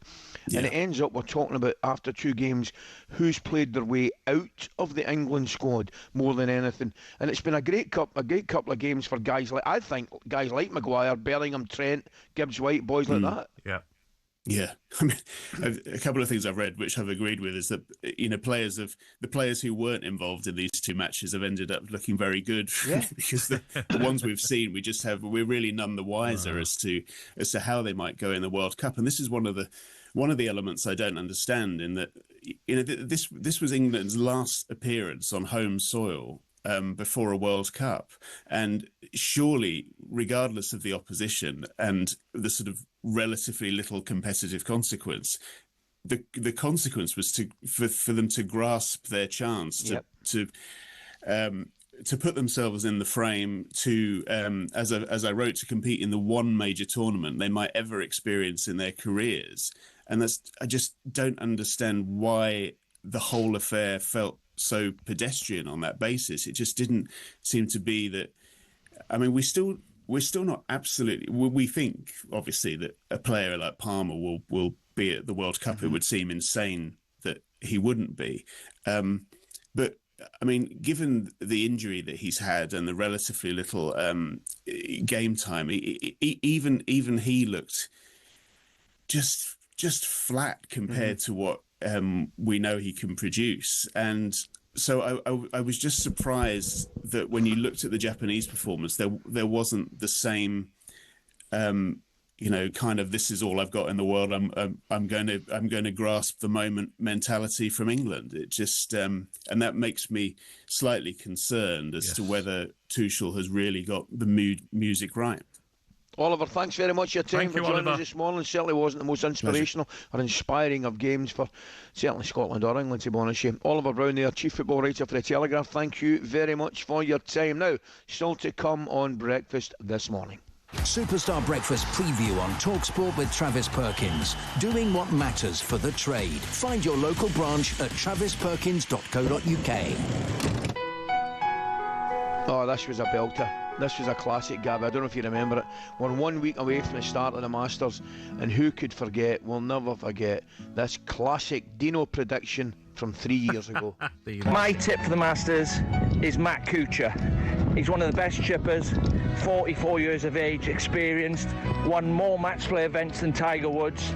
He's bang on form, and I've had an outside bet on him. And what time's the tee off? 25 to 1. Yeah. I got. What, tees off at 25 to 1. Where? In Miami. He's not playing your numpty. Isn't he? No, he's not playing. What do you mean he's not got in? He's not playing. It's genius, isn't it? Absolutely genius. And another time we'll be joined with someone who knows slightly more than Dino about the Masters. 4-time major winner Dame Laura Davis will be joining us in an hour's time, so do not go anywhere. That was our breakfast preview with Travis Perkins. Superstar Breakfast preview on talkSPORT with Travis Perkins. Bricks on bricks on bricks. Over 40 million available to order with delivery to site. That's one less thing to worry about.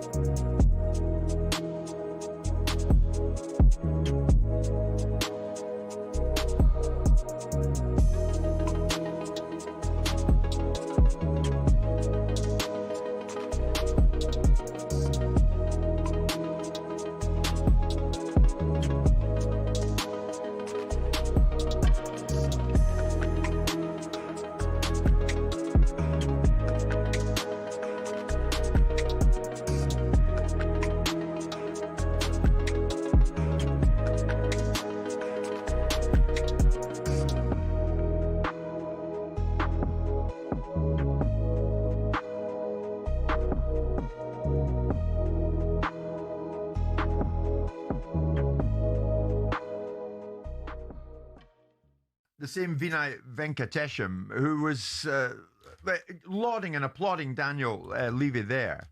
He blamed Levy for the club's issues at a fan advisory board meeting. Insufficient focus across the organisation on-pitch success, a lack of specialist expertise in certain areas, and insufficient empowerment of experts in others. A growing disconnect between the club and its supporters base. But 3 months before that, Daniel, I don't know how you do it. It's like I mean, what? It's like wedding vows, isn't That it? shows you the calibre, doesn't it? I don't doubt the man is a commercially adept operator. But the king is dead. Long live the king. I had one of those in Phil Alexander, who was a treacherous hound as well. And in this instance, you've got people. You didn't name not them there, leaders. Not leaders. That's not a leader. That's not a leader. That's not a leader. First of all, Venkatesham? Yeah, what a fawning, pitiful, sycophantic exhibition of absolute ghastliness. Right, which was then spun on its head 6 months later because his new masters have suggested something different. I mean, that doesn't smack to me of any one single scintilla of integrity, does it you? For me... Integrity or sincerity. Yeah, I mean, listen... And I met Vinay, and I thought he was a delightful He's an operator. fella. I'm sure But he's an then- operator. I want leaders. It's not a leader. You don't run with a hare and hump with the hounds as a leader. You have definite views. Yeah, you adjust your information and you pivot. And he may well have found some awful bodies in the building, metaphorically.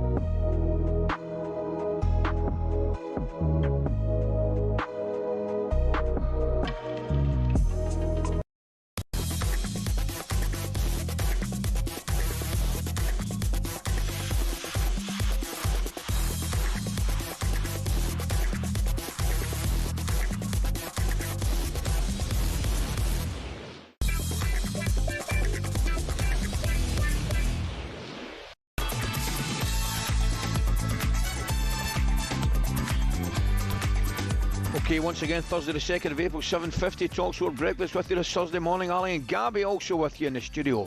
Right, what do we know this Thursday morning? Football finance expert Kieran Maguire has warned that Newcastle qualifying for the Conference League would be a financial disaster and cost them millions. PG America has confirmed that Tiger Woods has turned down the chance to be Team USA's captain at the next Ryder Cup. And here's the question: has the Premier League become, dare we say it, a bit boring? Well, former Welsh captain Ashley Williams enjoyed that. Ashley was on last night. I said I was doing a little bit of driving, so I got on in the car. He's very, very good, and he was in the studio with Hugh Wozencroft on kick-off and said the league is nowhere near as entertaining as when he was playing. As a football fan, it's not really, doesn't entertain you. The football that we're watching, you only got to look back at some of the old shows and see the old rivalries with Manchester United and Arsenal. And there's no rivalry between Manchester City and Arsenal. It's not, do you know what I mean? You don't get that fiery games. You miss all of that. But what I will say, and I've spoke on this before, is people criticise Arsenal for winning the way they win. Well, they've got a job to do. It's entertainment for us watching it, but it's their job. They don't really care about putting on a show for anybody. They want to win the Premier League, and they're going to do it any way that they can. So that's that from a player's point of view. But as a watch, it's not been great, I don't think. He's probably right, Gabby, isn't he, Ashley? Yeah, the thing that I don't like now, Ali, is now when you watch football now, it's like pass. Yeah. When I played in the Premier League, the amount of screamers that were scored, Ali, because you had a license to, it's on for a shot, go for it, goal, top corner. Look, the legends of the game, Gerrard, Lampard, the screamers they used to score, other players as well. SCM will score from distance. Now, they probably get told off if they shoot from 25 yards, Ali. Keep the ball moving. The probability of you scoring from that distance is maybe 3.5%. They've got all these stats, and it's just become a lot boring. The throw-ins, everyone's playing the same. Go back to your keeper. Everyone have a touch. Try and draw out the opposition. Oh, give it a rest. Get into your wingers and let them take players on. I just think the kind of contradiction with some teams, not all teams, but some teams. They'll get a throw-in, right? And they'll put it long into the box, right? But whereas you get some teams, they'll pass, get the ball into a wider area. And don't cross it. And don't put it into the box. But they'll do it for a long throw-in. Yes, spot on. They'll work that one out. Do you know what I mean? Isn't it? How can you as a striker make a run?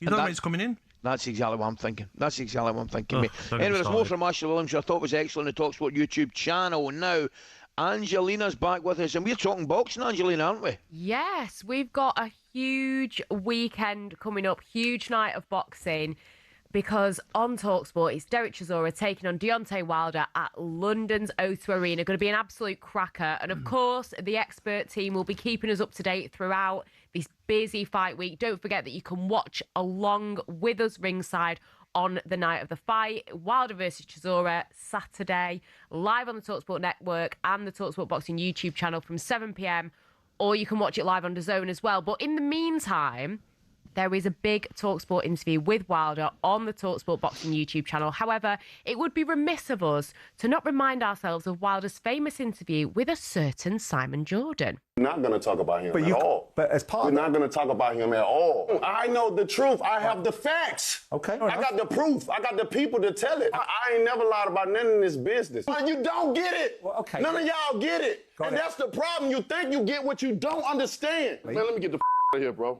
I'm out of here. Talking about my peoples and all that. It's hard to believe a black man than a white man. The cheated. Tell him to sue me so I can show the facts. I'm going to show everything.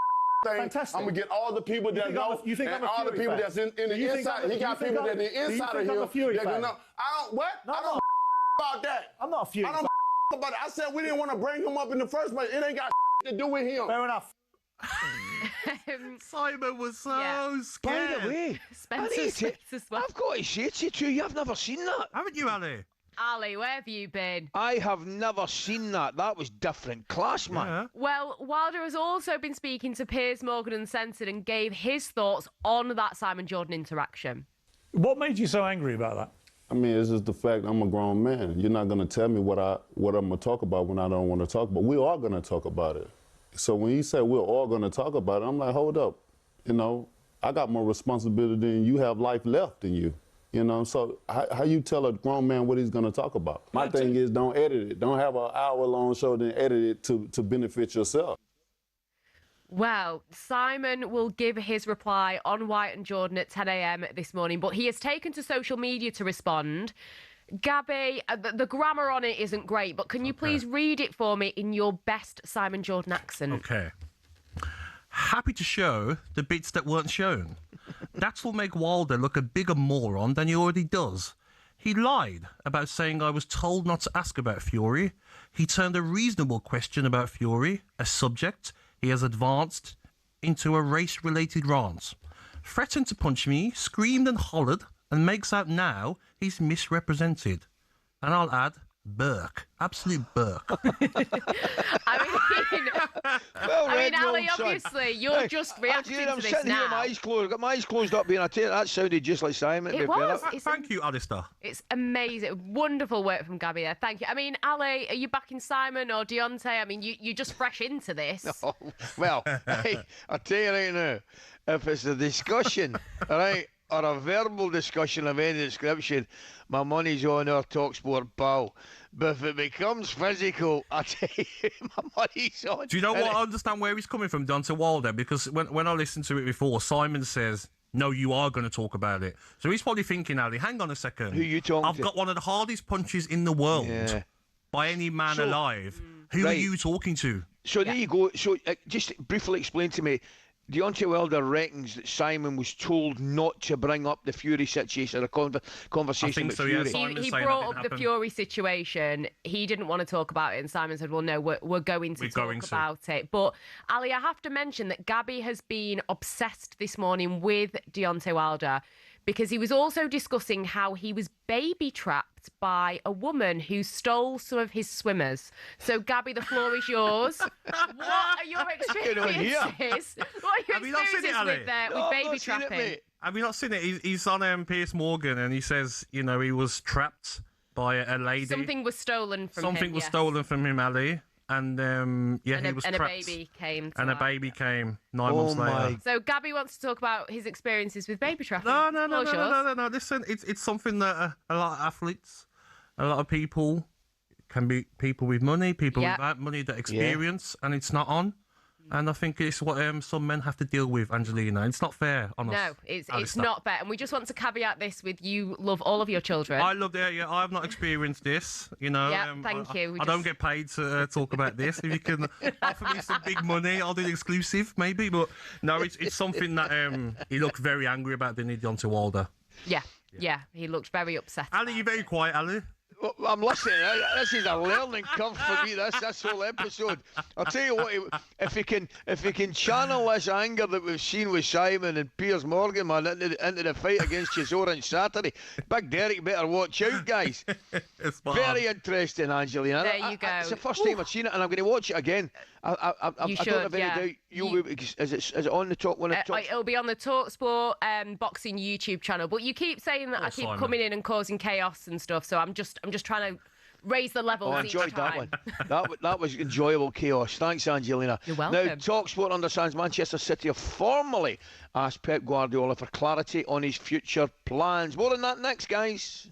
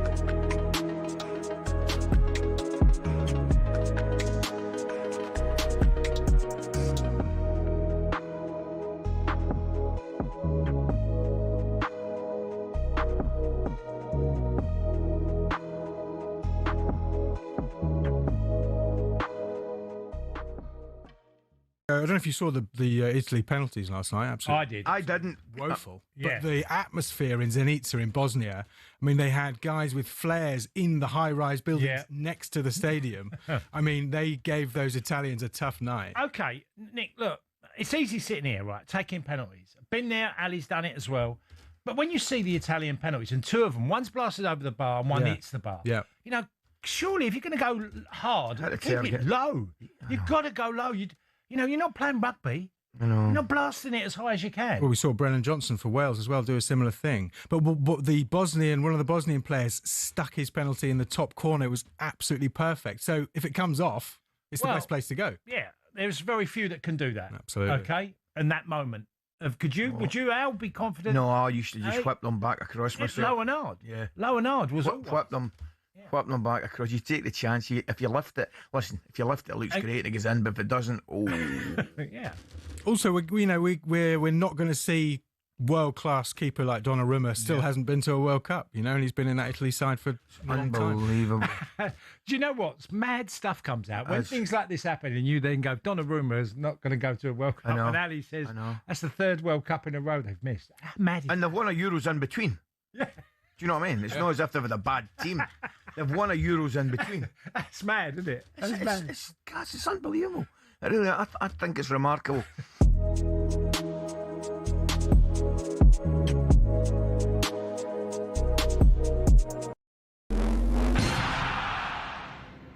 Football fans all have stadiums we love, but do any of us have a pitch that we love?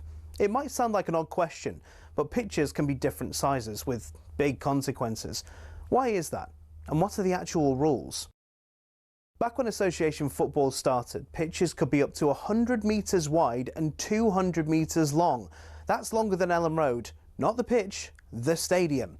Anyway, UEFA wanted a standard across Europe for international matches, which became 105 metres long and 68 metres wide.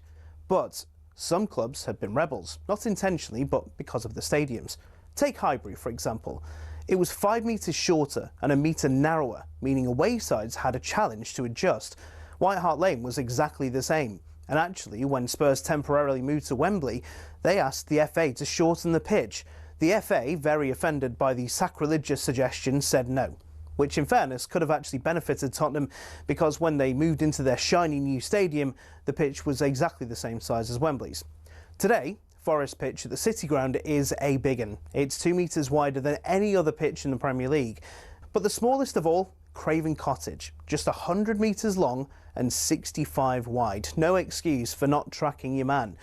There are a couple of crazy outliers in Europe too. At Napoli's home ground, the Stadio Diego Armando Maradona, the pitch is a whopping 110 metres long.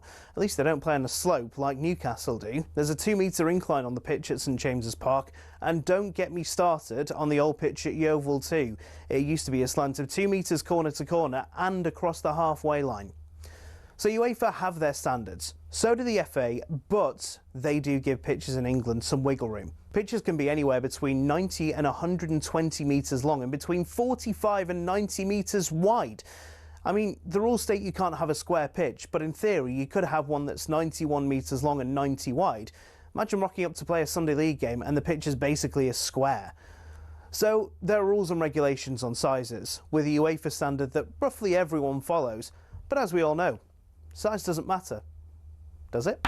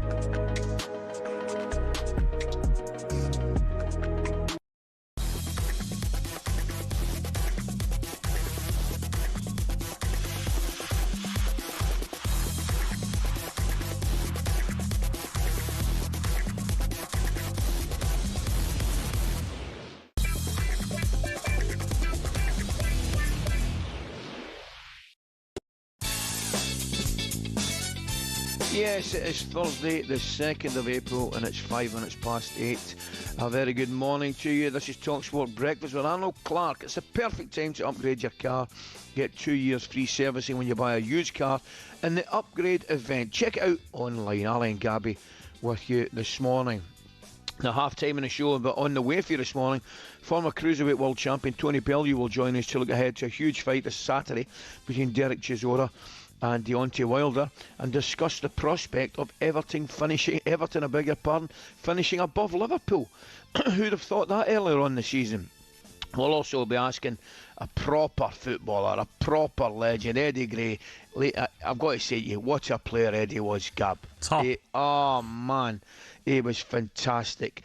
And he's kind of got a foot in both camps, if you like, in this relegation issue. Yes. Obviously Leeds, his former club, and his nephew Archie at Tottenham. So I'm looking forward to talking I worry to about Leeds a little bit, Ali. Only in the sense that, like, we're not really talking about them, but they're only 3 points above Spurs. Do you know why?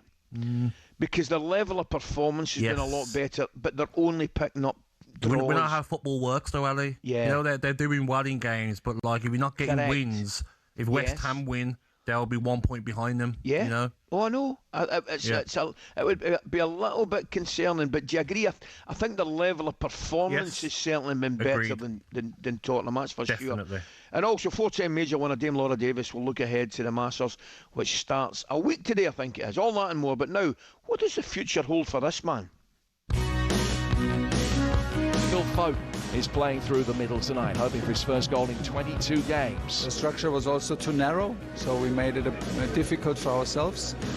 And from here we go. This is where we are at the moment. When you talk about more to do, I mean, Phil Foden, do you know what? I feel a bit for Phil because playing in the wrong position, I think he's got work to do. One thing that we haven't seen from Phil Foden in this modified role that he's playing in tonight is that little bit of artistry. I absolutely love Phil, and I'm desperate for Phil to just get back to playing with a little bit of a spark. Phil Foden, he's going to be 30 at the next World Cup, and I don't think he's going to be going to this one. I'm not sure that I would be totally infused by Phil Foden playing as a dropped-off number 9. I don't think that helps him as a player, and we just didn't get enough players in the box. It's interesting, Gav, it really is. A few of the papers obviously picking up in the Foden debate this morning. Yeah. Foden, a little bit harsh on the back page of the Sun. Touch and go for Foden in the Mirror. And by the way, he wasn't the only one that had a bang average couple of games. Don't worry about that. Another poor international break from the playmaker who has yet to register a goal in 2026. Tuchel has warned Foden. He's not saying anything that he shouldn't be saying about any of the other players, to be honest. He now faces missing out in the World Cup squad. He hasn't had a lot of minutes for City recently, and then he came to camp and was brilliant in training, so good in training. I thought he would just surprise us, but he struggles to have the full impact. Gab, I'm right in saying there's no more squads and no more games until he names his squad, is that correct? Yes. I think it's is it end of May they name the squad, and then I think they've got some warm-up games when they meet up. But I don't know, Ali. Just there's a reason why Pep Guardiola hasn't been playing him. You know, he sees him every day in training. He's like a dad to Phil Foden, isn't he, Ali? He's looked after him and he's nurtured him, and he has. Exactly. He's been excellent for him, as is Phil Foden for Pep and City. So Ali, if Pep's not playing him, there's a reason, and we saw that in the last 2 games, and we saw it for this calendar year. I mean, he come on, Ali, in the 90th minute against Arsenal, 0 minutes in both games against Real Madrid. The last 11 games, only 183 minutes. Even when he's played for England, only 4 goals in 49 England caps. I remember Euro 2021, Ali. He dyed his hair like Paul Gascoigne. Yeah. Remember? Blonde. Yeah. And he had a poor Euros. And he ended up being Saka and Sterling that had better Euros than him. So he really hasn't done it. And with the competition for places in Manchester City, Shirky's going to play before him. I was talking to Big Cash yesterday. See, back in the day, when you didn't have squads of the same size and quality, if you like, you would, if you're a player like Phil Foden, you'd have to play through it. You'd have to play your way out this bad spell. You know, you'd have to play your way and get your confidence back. But because of the size of the squads and the quality now, Pep just takes them out, as do a lot of coaches. They just take them out and leave them. Yes. You know what I mean? And maybe 10, 20, 15 years ago, you'd say, right, you'd sit them down and say, look, have a cup of tea. You're not playing well. Your confidence looks shot to pieces. I need to play. You need to play your way out it. And But Thomas it's different Tuchel, Thomas Tuchel will think, this is a top player. I've followed him all his career, but he would have learnt a lot, Ali. He trained really well, but couldn't do it in the games, and that's something you never want to be called as a football player, a training ground player. We played with them, Ali. Outstanding in training, best player on the pitch. They're hiding, they're not getting involved. The game passes them by. And I just think Phil Foden proved against Uruguay and against Japan that he's just not the Phil Foden of old, Ali. And it happens. Maybe he needs to move away from Manchester City. Needs to go and play somewhere else, because Manchester City are only going to keep strengthening, Ali, and he's just not getting the game time. Could you see him playing abroad? I could, actually. Yeah. Sometimes it's time to go. Listen, it happens to a lot of players. He's been there a long time, even though he's only 25 now. Come through the youth setup there. But the performances that he's putting in, Ali, when you look at him, confidence doesn't look like it's there. I was watching him closely in both of these games for England, and I'm like, no, he's not doing anything. He's not getting past the player. He's not getting involved enough. He's not linking up. Cole Palmer was similar as well. Didn't do great either. But I think Thomas Tuchel's going to... All these tens. And I include Morgan Rogers, who I think's terrific. And by the way, I'm only speaking from the outside looking in. At least I think Tuchel likes Rogers more than any of them in that number 10 position. Palmer's injury come back. His form's not been great. Rogers, Foden... But tell me why you put him on the right then? Ez has been injured. Why are you trying to fit in Palmer and Foden, and you're putting Morgan Rogers against Japan on the right? Ask any Villa fan, they know Morgan Rogers does not play his best football off the right-hand side. Maybe off the left, but as number 10, Ali, he's dangerous. So stop fitting in players. I know you want to maybe have a look at Foden and Palmer, but I feel like we said earlier, they play themselves out. Where I would maybe cut Tuchel a little bit of slack there, and tell me if I'm wrong, I think he's one of these guys that will not play players out of position, right? I really do. Yep. However, I'm not sure he's seen Rogers on the right. Yes. Do you know what I mean? Yeah, fair. So I mean, he's seen Palmer play wide, seen Foden play wide, and I don't think he likes it. So I would say he's maybe just having a wee look at Rogers to see if he could. Yes. It didn't look good at all. It didn't look as though he could play. It didn't look as though he fancied it there, and certainly wasn't playing his best. Our position. Yeah. So I think I would cut Tuchel a little bit of slack there, Gabs. I think he's maybe just. I think we can't have it both ways. We can't say he's got to experiment, he's got to try things. I think he was maybe trying something there, which didn't work. Fair. What I would say as well, Ali, we've been concentrating on Foden, but there's one player as well for Manchester City that I think will miss out. It's John Stones. Pulled out again of a squad with another injury. He's only played 7 games in the Premier League, Ali. 7 appearances. I think 4 were starts. 15 appearances this season, Ali. I just don't think out of 26 players you can afford to take a player who's injury prone. Listen, he's had a fantastic career, but is he going to get the game time, Ali, over these next 8-9 games, whatever Manchester City have got, when you've got Diaz, Gahey, Kushinov's looking very good as well. Aki done well in the cup final. I think he's out of contract as well, John Stones, end of the season. I'm sure he is, and I don't think there's a new deal on the out there for him as well, so he might be looking at a new club in the summer. But I just think his injury problems, Ali, I don't think Thomas Tuchel can take him. I really don't. It's interesting, mate. Here a quick one on you. I know we've not got a lot of time before we go to the break. I think Manchester City well within their rights to ask Guardiola what his plans are at the end of the season. Oh, 100%. Of course they are. But surely they've done that already, Ali. Surely he's got the relationship with Manchester City behind closed doors. You know, these convos aren't going to come out to us yet, but surely they've had the decision. As for the way he celebrated, Ali, the cup final, and if Arsenal do win the league, I don't think he's going to want to leave it on that. I think he's going to think, I'm coming for you next season, Arsenal. Yeah. You think I'm leaving with Arteta winning the Premier League? No. The players he brought in as well. Yeah. Semenyo coming in, Gahey. I actually loved watching him in that cup final. Do you know what I mean? He was hungry. There was a real desire there. It was as if, question me, I'll show you who's exactly. It was good. It was good to see, I must admit. Okay, mate, enjoy that. Coming up next, we're going to find out how Andy Andy's been at it again. We're going to find out how Andy would go about shoehorning Italy into the World Cup. Can't wait for this, by the way.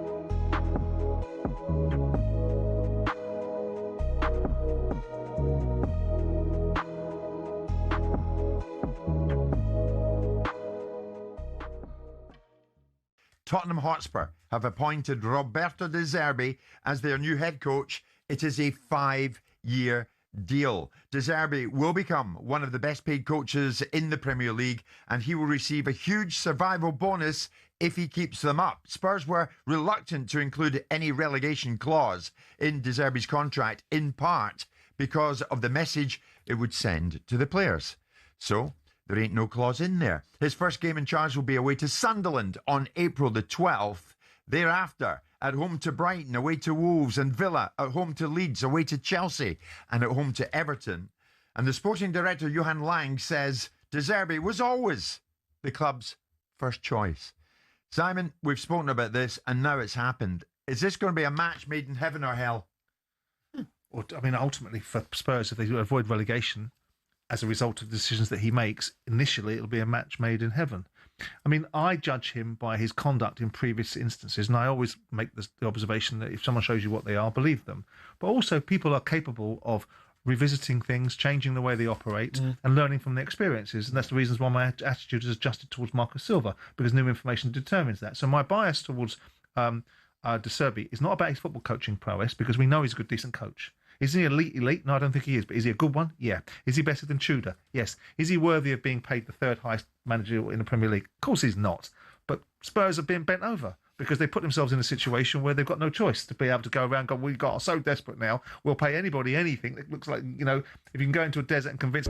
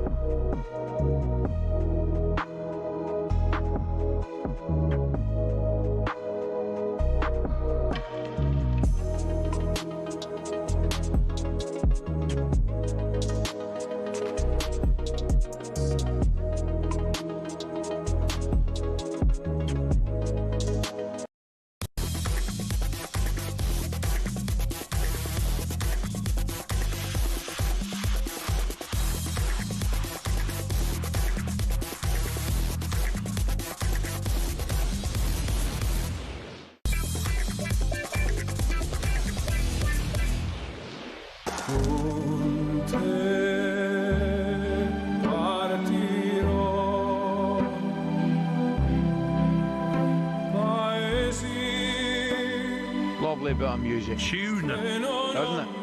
Yeah. We bring a bit of class to this talkSPORT. Unbelievable, Ali. Yeah? Imagine this, Ali, just being in Italy, being in Milan. Bit of Lake Como.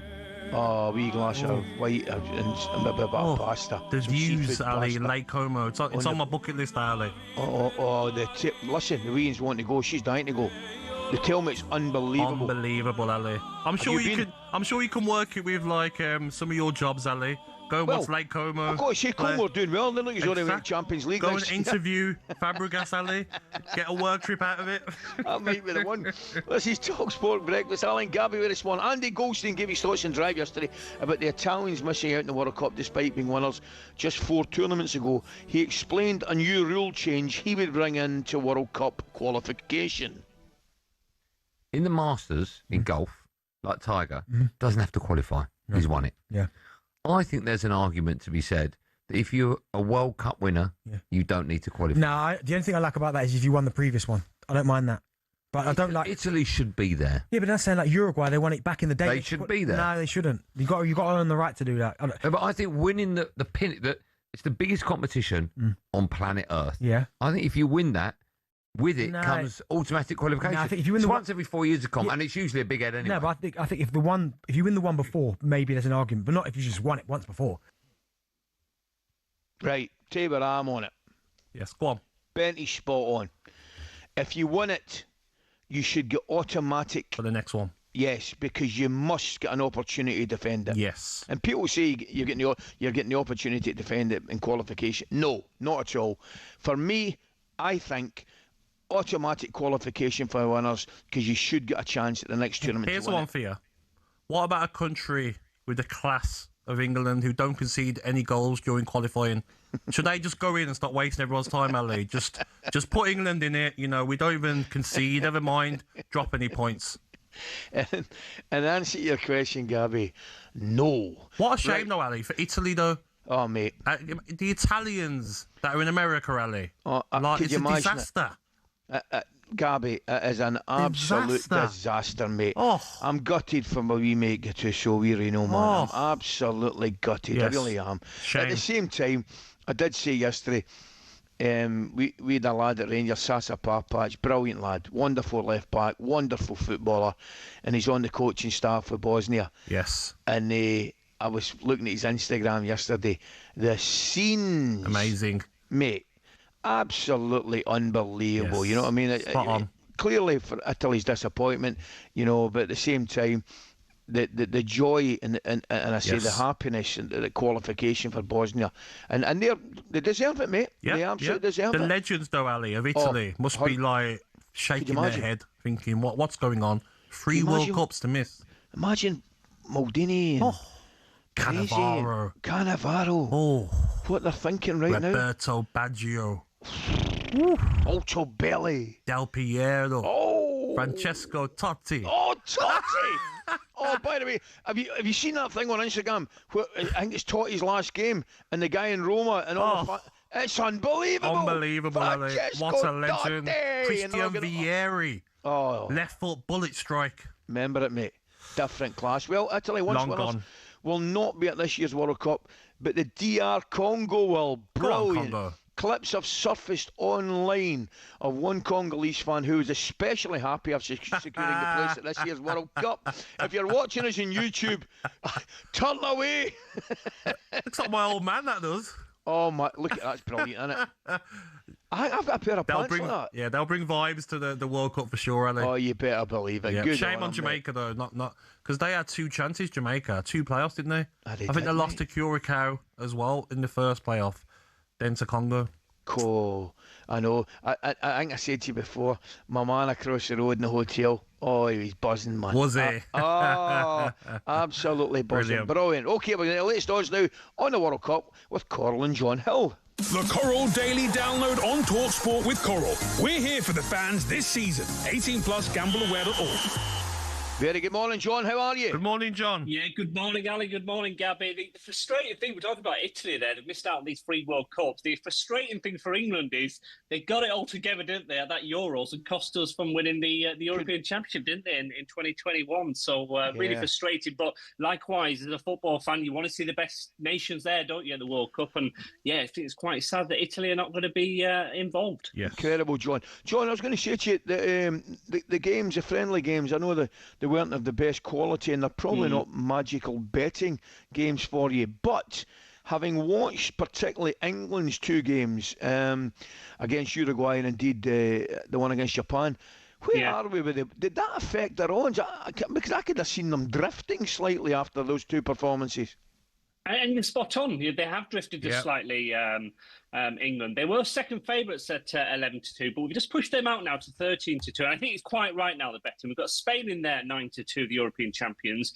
France are second best at 11-2. Before the Japan game, we were actually ahead of France at the betting, which I couldn't quite work out. But we've now got 13-2, so third best in the betting. But we are above the likes of Argentina, 8-1, the defending champions. Brazil, 8-1. Portugal, 10-1. So there's still a lot of confidence in England. And, you know, they are friendlies, I guess, but they were disappointing, England, weren't they?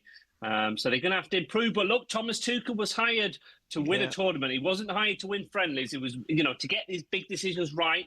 Gareth Southgate, you know, England fans were quite critical with his decision-making in the big knockout games, Gabby. But Tuchel, with the experience of, you know, big knockout games as PSG manager Chelsea, hopefully England can go close this summer, but boy, they were disappointing, weren't they? He's got big decisions to make, hasn't he, between now and when the squad's made, because certain players can't just be picked on what they've done in the past. It's got to be what they're doing now, and if they're not performing, they can't be picked. Like I mentioned to Ali as well, players that have got injury problems, you don't be going to another tournament where someone's spending it on the treatment table. You'd rather take players that are going to be fit and ready. Absolutely. Taylor, there is, John. I know there's a lot of folk, myself included. I love enjoying international football, but we do miss the domestic scene. Some massive FA Cup games coming up the weekend, mate. There is absolute cracker, and starting first off with that one at the Etihad at lunchtime on Saturday, City versus Liverpool. What a great game this is. Liverpool, obviously, it's been a disappointing campaign for them in the Premier League, hasn't it? But can they win an FA Cup? And City got their hands on the Carabao Cup, still in the title race, albeit a slim hope. But this is a big competition for both teams, and we make City 4 to 5 favourites to prevail in 90 minutes. Liverpool 3-1, the draw 3-1, and to qualify for the semi-finals, City 2 to 5 favourites, Liverpool 7 to 4. So yeah, big game. And who's favourites overall, John? Are Arsenal favourites overall?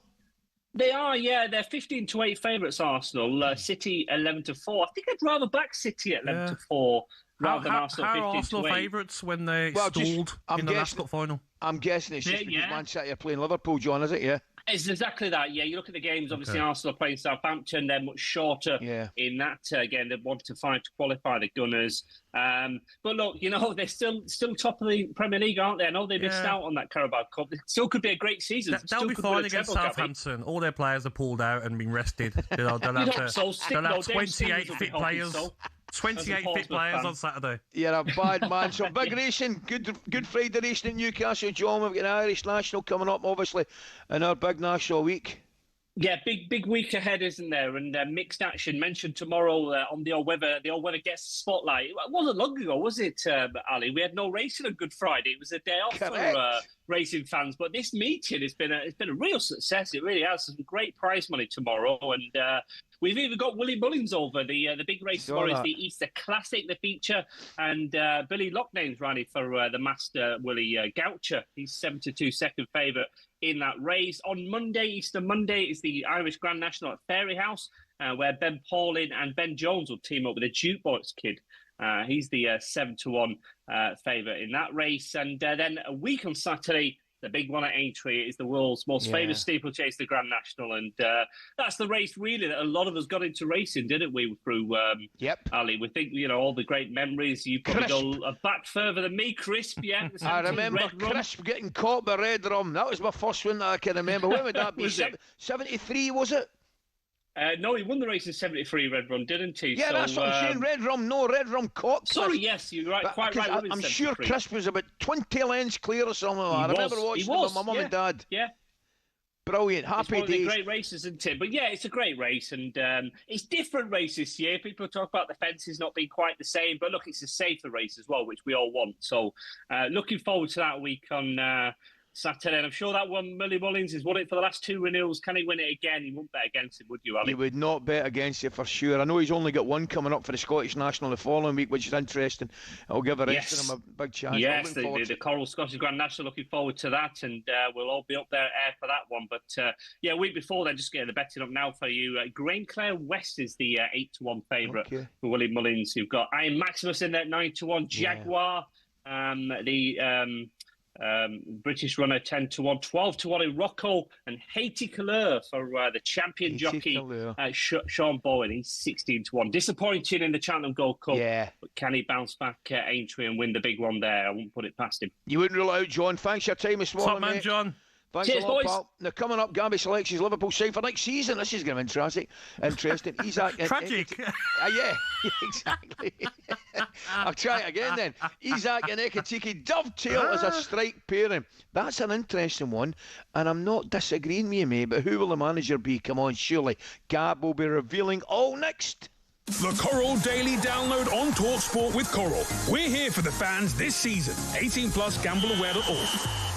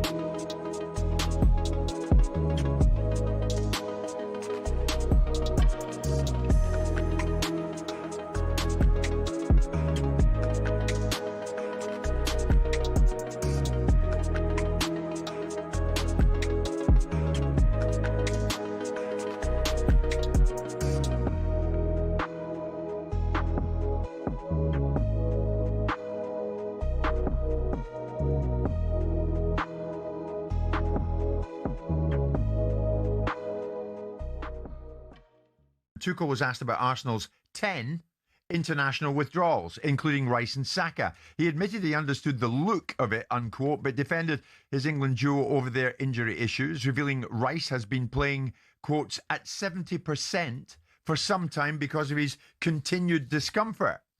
Tuchel says everyone can do the math, and it's a lot of players, of course, and during this situation, it looks a bit suspicious. He says, I understand the look of it. I still have 100% trust in the honesty of Saka and Declan. We did medical tests. I saw them. I've no reason to believe that Declan is not honest with me. I've no reason to believe Bukayo is not honest. Asked specifically which injury Rice was nursing, Tuchel said, I'm not sure if I want to give it away. I think Arsenal wouldn't be happy if I gave it away. But he feels a discomfort for a while. He's playing through it. Tuchel said it was up to Arsenal, Danny, to decide for themselves how much risk they're taking by playing Rice. And he added, I'm not willing to take this risk for my key player. I mean, at the business end of the season, and this is where we're at, do these situations call for a common sense approach from international managers like Tuchel? Yeah, common sense sounds, I think it makes absolute sense that if he's got one of his best players saying they're not quite fully fit, go and rest up, go back to your club. I think that's he's looking after himself, he's looking after his squad, he's doing the right thing. Every spring, sports fans in Europe come together to celebrate arguably rugby's biggest annual tournament, the Six Nations. But why is it the home nations, plus France and Italy, and no one else? It all started back in 1871 when Scotland beat England in the very first international rugby match. A few years later, when they could field a team, Wales decided they'd host England and an idea was thought up.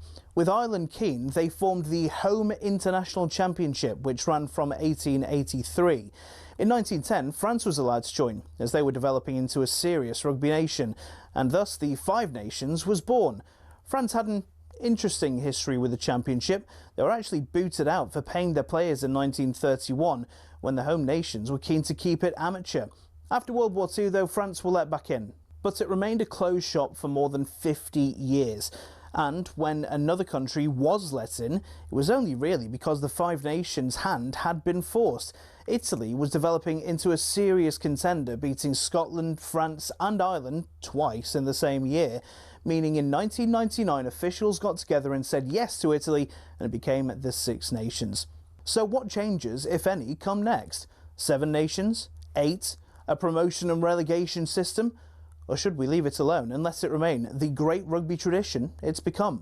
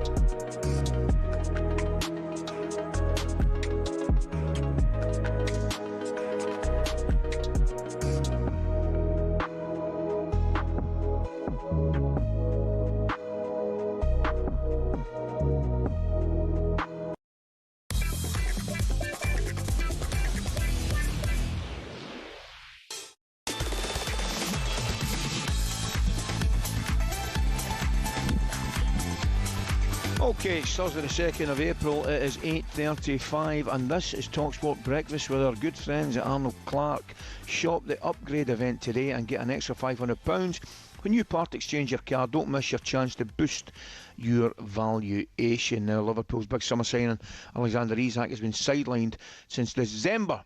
After suffering that broken leg. It's been brought to our attention by the back page of the Sun that he is reported to be back in training today for the Reds, which is great news for one and all. Isak returns in a crucial time for an under-fire slot with fixtures coming up against PSG, Man City, and of course the small matter, or not so small matter, of a Merseyside derby against an in-form Everton side.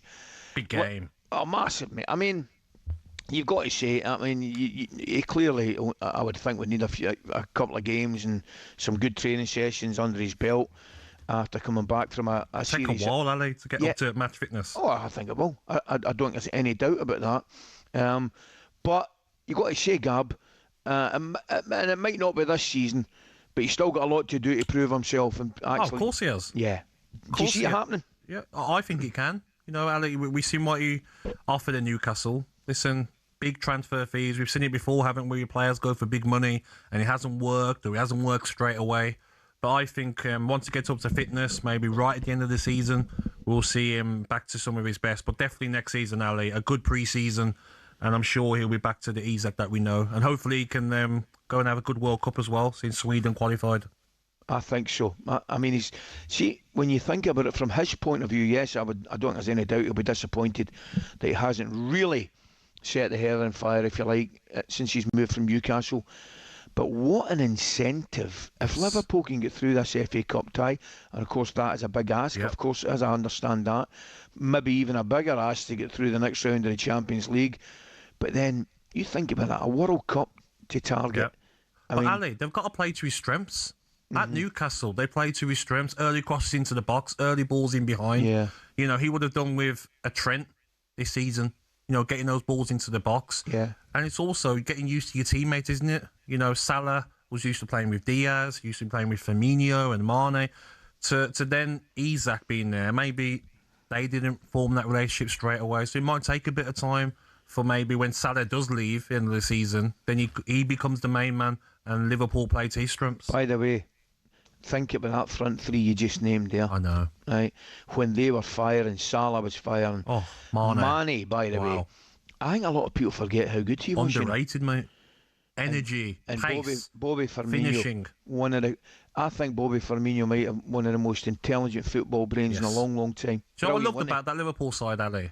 Win the ball back, bang. No messing around, not 3 or 4 passes. Trent in behind, Robertson in behind. If it was Salah or Mane, either wing, straight away. There was no messing around, and you got to get 4 or 5 passes and slow it down.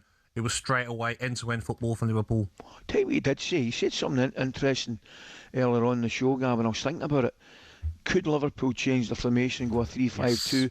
And I'm not saying, you know, to kind of wedge players into it, but it would make sense, certainly in a forward area, to Ekitike and indeed a fit Isak back in the side. You've got perfect wing backs, whether it was Robertson or Kerkez and Frimpong on the other side. And you still, I'm still thinking, mate, you would have an opportunity. Wirtz could still play in a kind of forward role as a 10. Yep. Szoboszlai, Gravenberch. Yep. I've got it here, Ali. McAllister. Have you got it in front of you? Yeah, I would play Alisson in goal. Yeah. A back three. This is if Canate signs a new deal.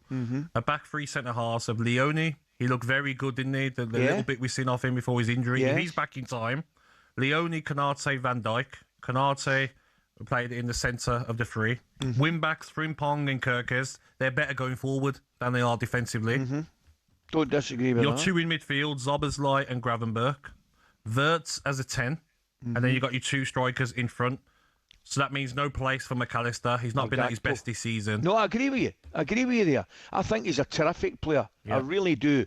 But I don't think he's been at his best this season. And I think I could bring Gakpo into the same conversation. Yeah, but that gives you that role, Ali, where you've got the wing backs. So you've got pace from Kerkez and Frimpong, getting forward, getting crosses in. You've got your 2 strikers in the box at all times. And you've got Wirtz in that free role.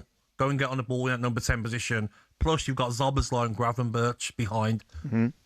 I think that suits the players they've got. Well, I wouldn't argue with it. The one thing I would say is I would like to see a lot more, and I think we'll all see a lot more next season of Ingamoa. Right? Yes. I've watched him a couple of times. I think he's a tremendous talent. I'm not sure that type of formation would suit him, however. I've looked at him. What game was it that really stuck out?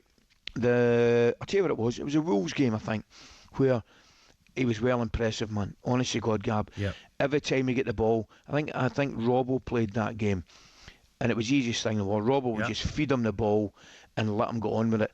And you and I have spoken about it before, mate. Really direct, really positive, want to commit a fullback, go by him.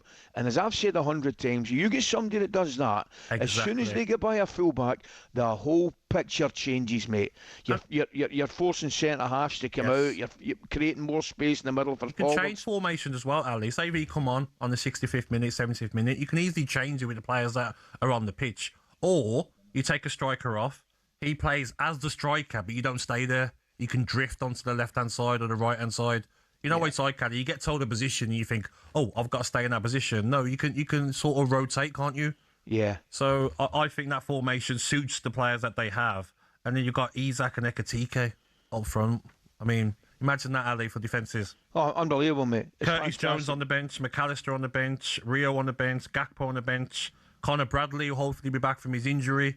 Maybe do they need another right back, another centre half, maybe another winger as well, just to help with numbers. But that looks more promising for me. Brilliant.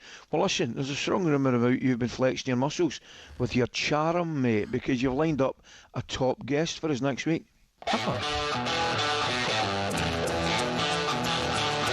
Lovely ball play forward, great run! Yes! Gerrard, who scores for England. And then Gerrard! Oh, goodness me! What a strike from Steven Gerrard. Gerrard swings it in! Yes. Oh, my word, he's only gone and done it!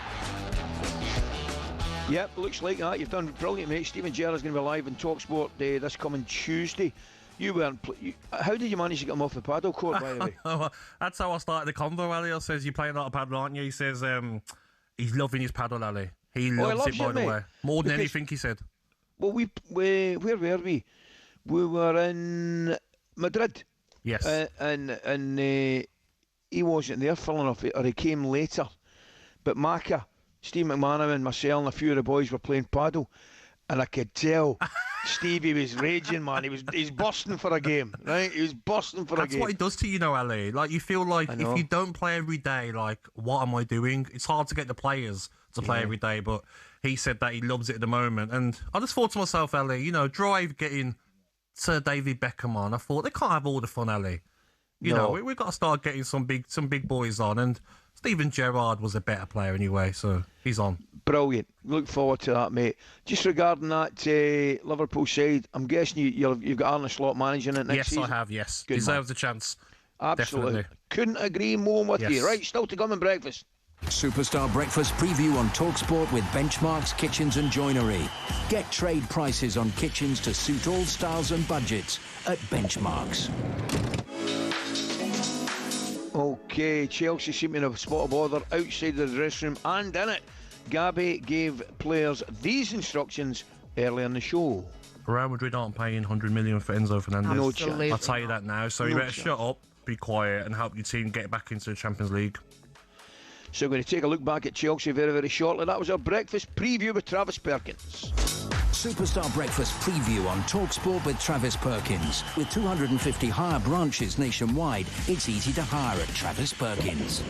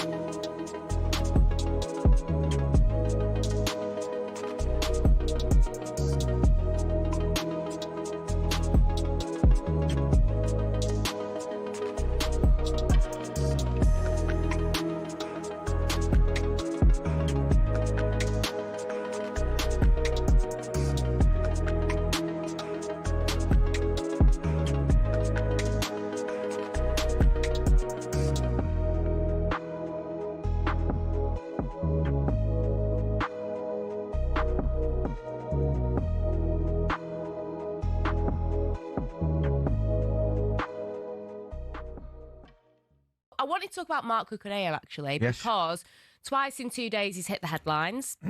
He was talking about saying that it would be so difficult to turn down Barcelona if they called, but he's now criticised the sacking of former manager Enzo Maresca and the club's transfer policy.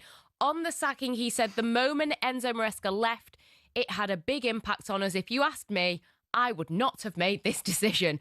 Not positive if you're Liam Rosenior reading that, is it? I don't know what's going on at Chelsea, my former club. There's a few players now, isn't there? Cole Palmer's been linked to a move. We've got Cucurella, obviously Enzo Fernandez with Real Madrid. Well, let's get it right, okay? And Ali, jump in on this. You've been a manager. One of your Rangers players, is quite vocal about he'd love a move and the previous manager was better than you. How are you going to react to that? Oh, he's getting the curly finger. Here, come here, you. Office.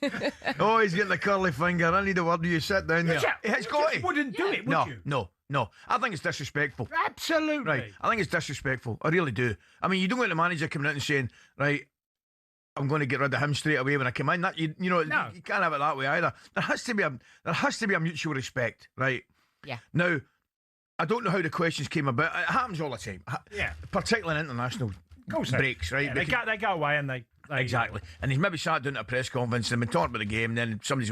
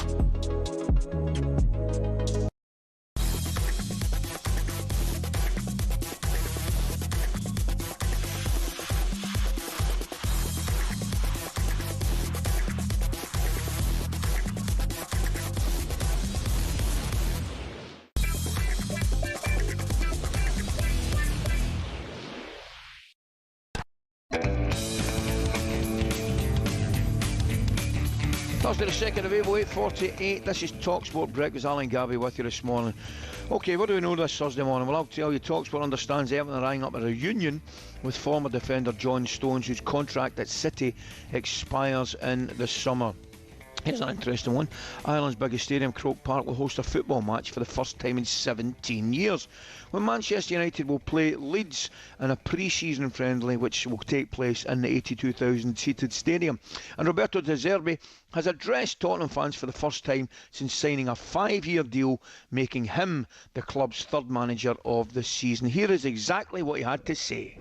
Hello all Tottenham fans, I'm very happy to stay here with you. For me is a very honor and very proud to be your coach. I want to give my best. I want to stay for a long time in this big club. See you soon. So there you have it, and if you missed it yesterday, one of De Zerbi's key players, former players during Brighton's 6th place finish in 2023, spoke exclusively to us yesterday, and there was an absolutely no doubt at all he will be a success. Definitely, not even a doubt in my mind, not even a doubt. I just think they're very, very fortunate. And I'm actually slightly jealous. I was speaking to a player at Spurs who was picking my brains about him, and I just know how they're going to be in for a roller coaster, but a great one. Ali, what do you think got it over the line for De Zerbi in the end to take the job? You're clearly suggesting that pound notes might have influenced him. You look. What's your thoughts on that, Mr. McCoy? I'd love to know what that bonus is if you keep him in the Premier League, Ali. 3, 4, 5, whatever you want. It'll be a tidy one, mate. And the agent. What would the agent get as well? Oh, don't start me about agents. Just go and start me. Leave me alone about the agents. The Masters, we're looking forward to this. The Masters, the best Sunday on the planet. Takes place starting one week today, obviously at the iconic Augusta course, as reigning champion Rory McIlroy looks to follow up in last year's triumph. It was just absolutely fabulous.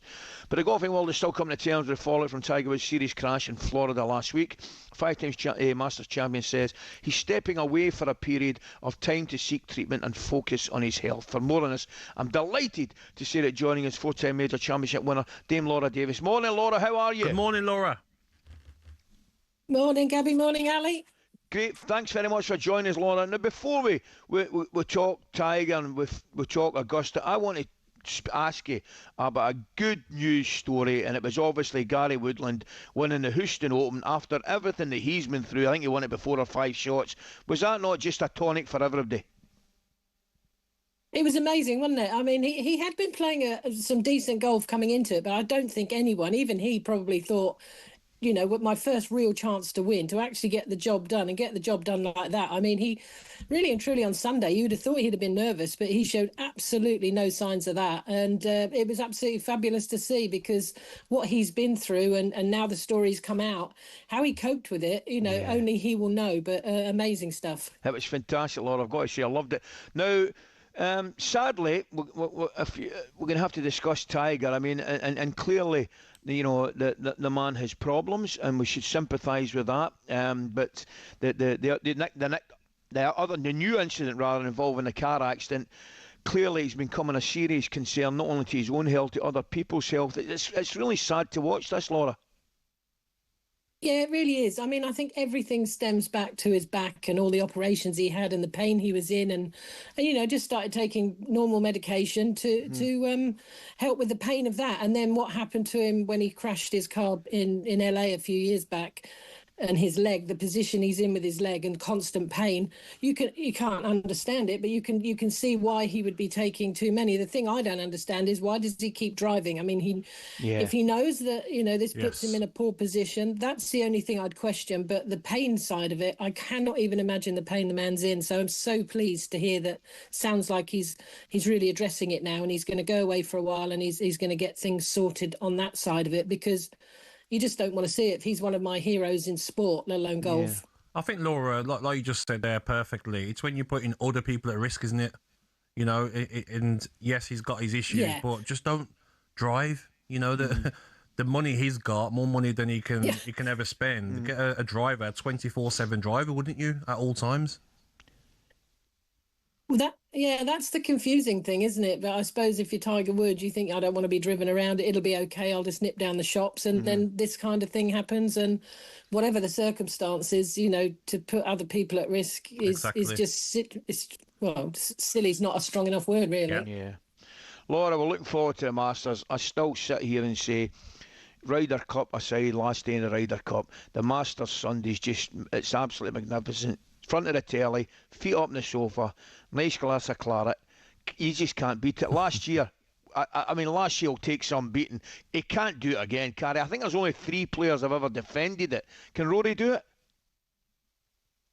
I'm going to say no on that one. Not because I don't want him to, and I'd like nothing more than see it again. Number one, he'll never. I don't think that Masters will ever be beaten because of the drama and the way he won it. But number two, I don't think he's actually playing at his absolute best. He's been tinkering with clubs. We know he changed from his irons to a cavity back to the normal ones.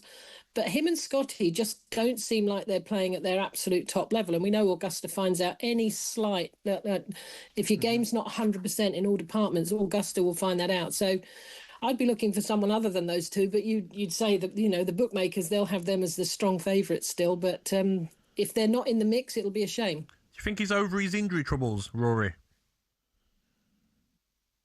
Well, only he'll know that. You know, he obviously had to pull out of the Arnold Palmer, which is one of all the players' favourite tournaments because of Arnold being the host there, posthumous host. And, you know, it's difficult to say. And I would suggest he probably is. The fact he came back to play that he did at Sawgrass the next week, because these guys, they don't risk an injury. They really don't. So hopefully he's fully fit. But whether his game's fully fit, we'll have to see. Laura, what about, I take it, I mean, Scotty Scheffler, I would imagine, would be favourite again. I've got a wee sneaky for Brooks Koepka. You know, I just think there's a wee return to form there, and I think on his day he's capable of winning it. What about some European interests? Our own guys. Fleetwood got a chance. Fitzpatrick, wee Bob's one of my favourites, clearly. Yeah, well, I think I'm going to side with wee Bob, to be honest with you. I really love the way he's playing, and he said he's trying to change his attitude a bit, not be so mean to himself on the course and beat himself up. So if I was going to tip someone up at this stage, 100%, it would be Bob McIntyre. Left-handers love it round Augusta. So many, considering how few left-handers there are. They won it. Bubba Watson, Mike Weir, you know, Phil Mickelson, the list goes on there. So, yeah, I'd put Bob up there. But the one that you'd have to really fancy is Matt Fitzpatrick as well, of the European guys, because that win the other day was just superb. And it wasn't that. It was the players. He finished second the week before that. So a couple of really good. Tommy, I'm not sure about. He doesn't seem to be putting well enough. His long game's its usual brilliant best, but putting hasn't been great for Tommy. But, yeah, Augusta always chucks something in there. There'll be some story that we didn't expect, and it'll be, like you said, the best Sunday in sport. Just a quick one, Laurie. You touched on it there. You mentioned like wee Bob been hard on himself. Now, we've spoke about it for a long, long time, that the mental side of golf, because all these guys can play, they can all hit the ball, and they're all extremely talented. Do we really appreciate just how important the mental side is? Yeah, I think people that don't play golf, they understand the game. But at the very top level of competition, when all the eyes are on you, some players can't handle it, and it's just one of those things. You can either do it, sometimes you can just outlast the nerves. The best players like the Scotties, the Rorys, the Phil Mickelsons of this world, they've got that little edge where they don't let that side of it affect them. But the mental game is such a huge part of the sport, and the reason being, I think, is we have so much time to think between shots, which is never good for a sportsman. And you the ball's still, it's just sat there looking at you. You don't react to it. You have to make the reaction to it. And all of those things make the game so difficult. Amateurs know it. They feel the same thing. They don't want to lose £5 to their best mate, so they're under pressure. But, these guys are in the spotlight under the most extreme pressure. Laura, I've got to say, I think that's the only thing I've got in common with Bob on the course. I think we're both a bit harsh on ourselves. It's all we've got in common. Be kind to yourself, Ali. Just be kind to yourself. I'll do my best, Laura. Thanks for joining us. Thank you, Laura. Lovely to talk to you as always. Thanks for having me.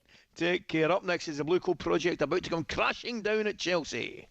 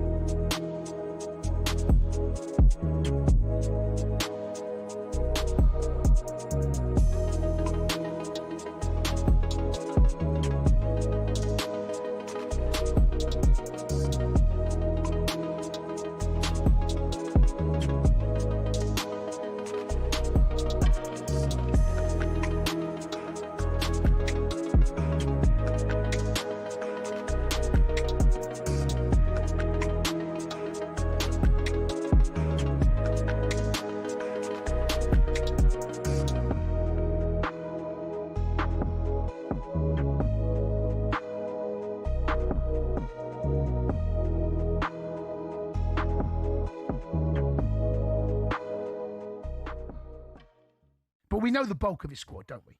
If you sat down... Well, you got the obvious ones, right? Yes. Of course, right? The main 11, you'd probably say almost picks itself. But then, you got to take 26. And you are going to need these players. I don't think Harry Maguire's done himself any harm over the last two games, actually.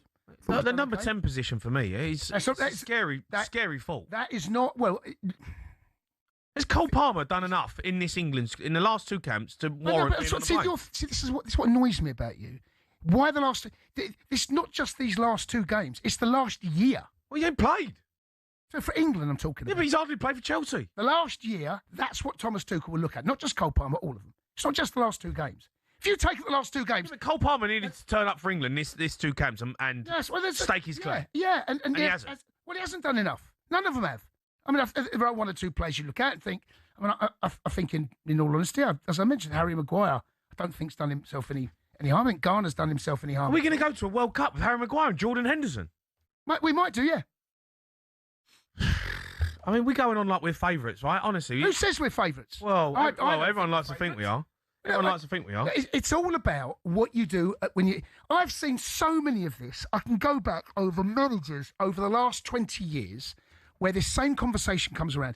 None of this matters, right? You want to go into it in a positive mood. And Stuart Pearce summed it up. This is a reality check, okay?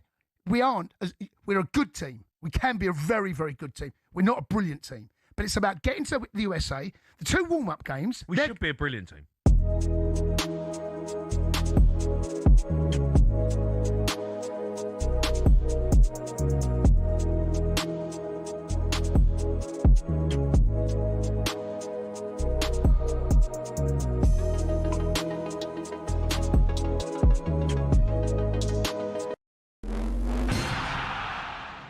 What football ground are you thinking of when someone says this? A really tough place to go. Difficult place to go. Such a tough place to go. It's a tough place to go at the moment. It was a really difficult place to go, always. But what are the toughest places to go, really? We've scoured the planet to find out. Forget a cold, wet Tuesday night in Stoke. Try playing in a blizzard 220 miles inside the Arctic Circle at the world's northernmost professional club. When Chelsea lost at Tromsø in Norway in the 97-98 Cup Winners' Cup, a massive snowstorm hit at half-time. These 2 boys and their brooms were absolutely no match for it. We're staying in Scandinavia for Scotland's toughest away day on a windswept cliff in the Faroe Islands. In Euro 2000 qualifying, Craig Brown's men were taken to fishing village Toftir. Kevin Gallagher called the pitch a cowfield and the wind like Pittodrie on a bad day. The Faroe Islands part-timers equalised in stoppage time, leading to these absolute scenes, and still one of Scotland's most embarrassing results. Daft little ground, silly game. But away trips don't come any tougher than a lung-busting schlep up the Andes to face Bolivia in La Paz. But now the Bolivians have taken home advantage to another level. The country's highest city, El Alto, 4,100 metres above sea level. Grass doesn't even grow up here. Bolivia have not lost here yet. The longest unbeaten run in any professional league ever belongs to Red Star Belgrade, or Crvena Zvezda if you must. They've gone 7 years without defeat at the Rajko Mitic in Serbia's Superliga. Their fans are pretty intimidating as well, but they're not as loud as this mob. Galatasaray's Ali Sami Yen Stadium's officially the loudest in world football. In a derby with Fenerbahce, Galatasaray fans set a Guinness World Record of 131 decibels. That's louder than Motorhead, and pretty tough to carry out your manager's instructions when you can't even hear them. However, our most intimidating away day is in Wales, where cameras can't enter and players can't leave. HMP Prescoed. This prison team was briefly kicked out the Gwent League over concerns about young opposition having to go in there. Now that's a tough place to go. Early June 1939, Germany, always a tough place to go to.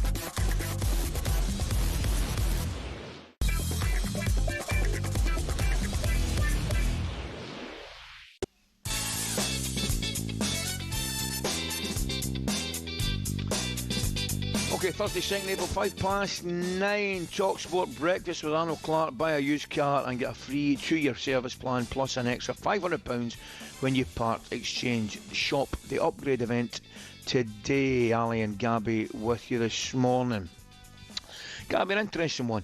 Nick Ellaby again in the news there, you know, labelling Phil Foden training ground player, which he isn't, but we know what he's saying. You know, he clearly isn't. Like, Yeah, but the fact of the matter is, Thomas Tuchel said he's been looking good in training. Phil Foden can play, and it's not just training, by the way. Of course. But last couple of games, certainly. Yeah.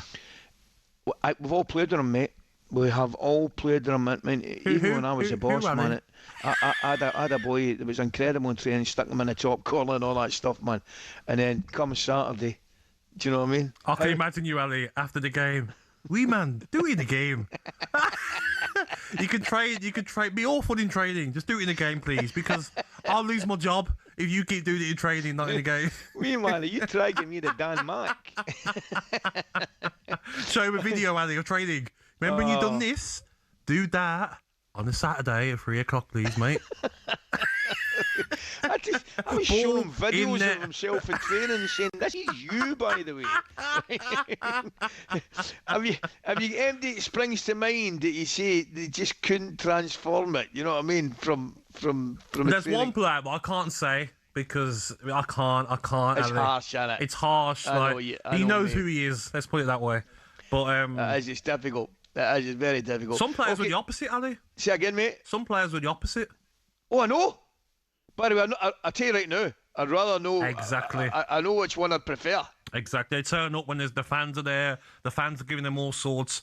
Like, it didn't bother me. But 100%, mate. Some players the opposite. Still lots to come this morning between now and 10 a.m. I'm going to be chatting to Leeds legend Eddie Gray ahead of this weekend's FA Cup quarter-final tie against West Ham. I'm looking forward to that, mate. I'm doing that game, working that game. That's a proper game, that. The early stages of the FA Cup, I know you are, Ali, but me personally, I'm not too keen.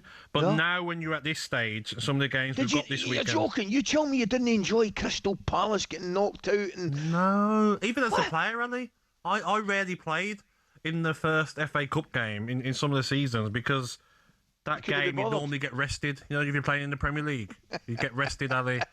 But see, I was the opposite. It was the opportunity for me to get a game. Behave yourself. But even Southampton versus Arsenal, it's not going to be easy for Arsenal.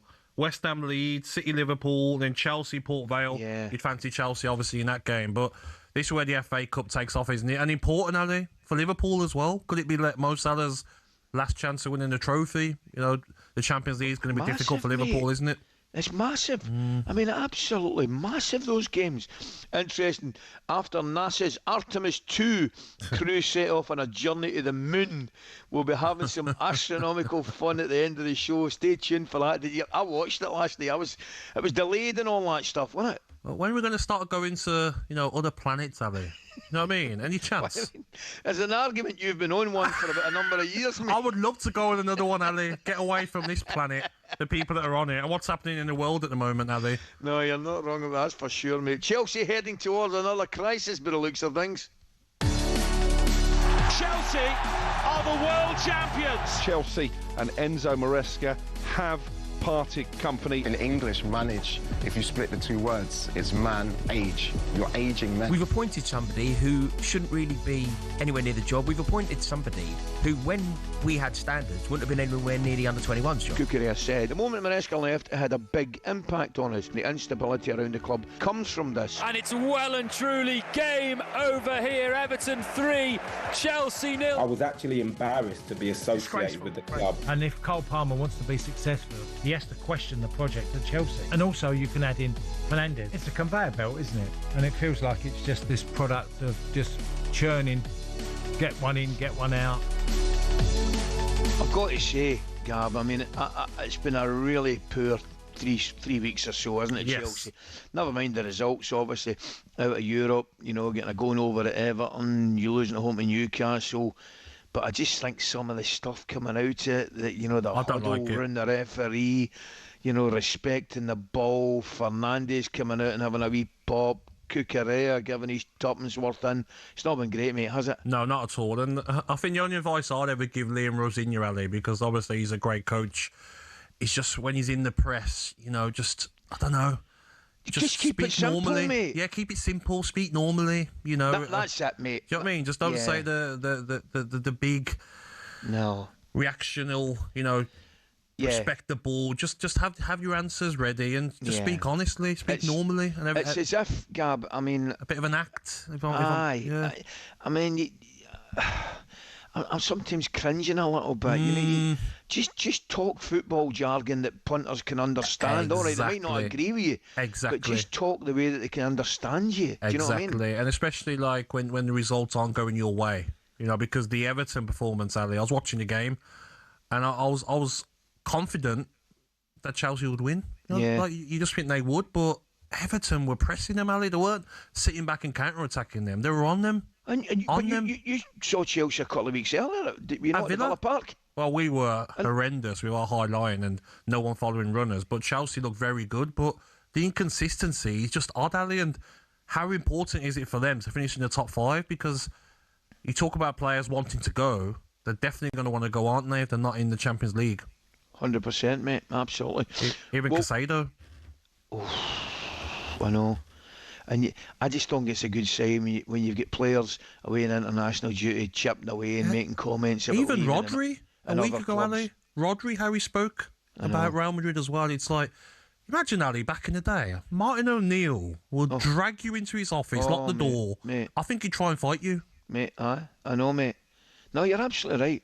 I mean, I can only imagine every one of the managers I played under, whether it was Jock Wallace, Graham Souness, Walter Smith, Greggy. I mean, I just think it's a lack of respect. Yeah. Imagine you, Ali, on international duty under Graham Souness, and you're speaking to the press, and I've always wanted to live in Birmingham and sign for Aston Villa. Aston Villa, European Cup winners. I'd love that. What would Graham Souness do to you on the first day back? You mean after he two-footed me in training? I'm joining in. He joins in, Ali, spare man. He played all the time, man. I bet he did. Shin pads are on me. He would have two-footed you in training and then asked you the question. Honestly. Well, former Chelsea and Arsenal midfielder Emmanuel Petit joined us on the breakfast following that Everton going over, that hammering that they got there, and he explained what he thinks. Well, he thinks actually the job is just too big at this moment in time for a senior. He should have thought about it twice before accepted, the job at Chelsea, because the step, I think, is too high for him, actually. I think he's a good manager, but he's still young. He has to learn, so many things, before managing a top club like Chelsea. And it was a pity to watch him, on the bench so many times, especially after the game away at Paris Saint-Germain. The communication straight after the game was a loser. Tell us how you really feel, Emmanuel. No, I think he's very fair what he's saying. I mean, that was another thing, handing people bits of paper when you get a goal over in the last 5 minutes and all that stuff. It's not a good look. I think Emmanuel's he's effectively correct what he's saying there. He thinks Rosenior is a good coach and will probably develop into a good coach. Yes. But he feels the job at this moment in time has come a little bit too soon for him. Probably, yeah. And I think it probably has too. But then at the same time, if you're the senior, you can't knock it back, can you? Yeah, you're going to take it. And this was the fear, wasn't it, Ali, when we first heard about it? I remember we had, I think, Emmanuel on then. Yeah. Will the players respect him enough? You've got Enzo Fernandez won a World Cup. Kukurella. What he's won as well with Spain. Will they respect him as a manager, what he's done in the game? Derby, Hull, Strasbourg, then to get this job. Is he a yes man? Is that why they brought him to the club? Because he's not going to moan about, these players can only play 60 minutes. We can only get these players in the summer. We're going to sign the players. Maybe Liam Rosenior just says, no problem. I'm happy to be at Chelsea.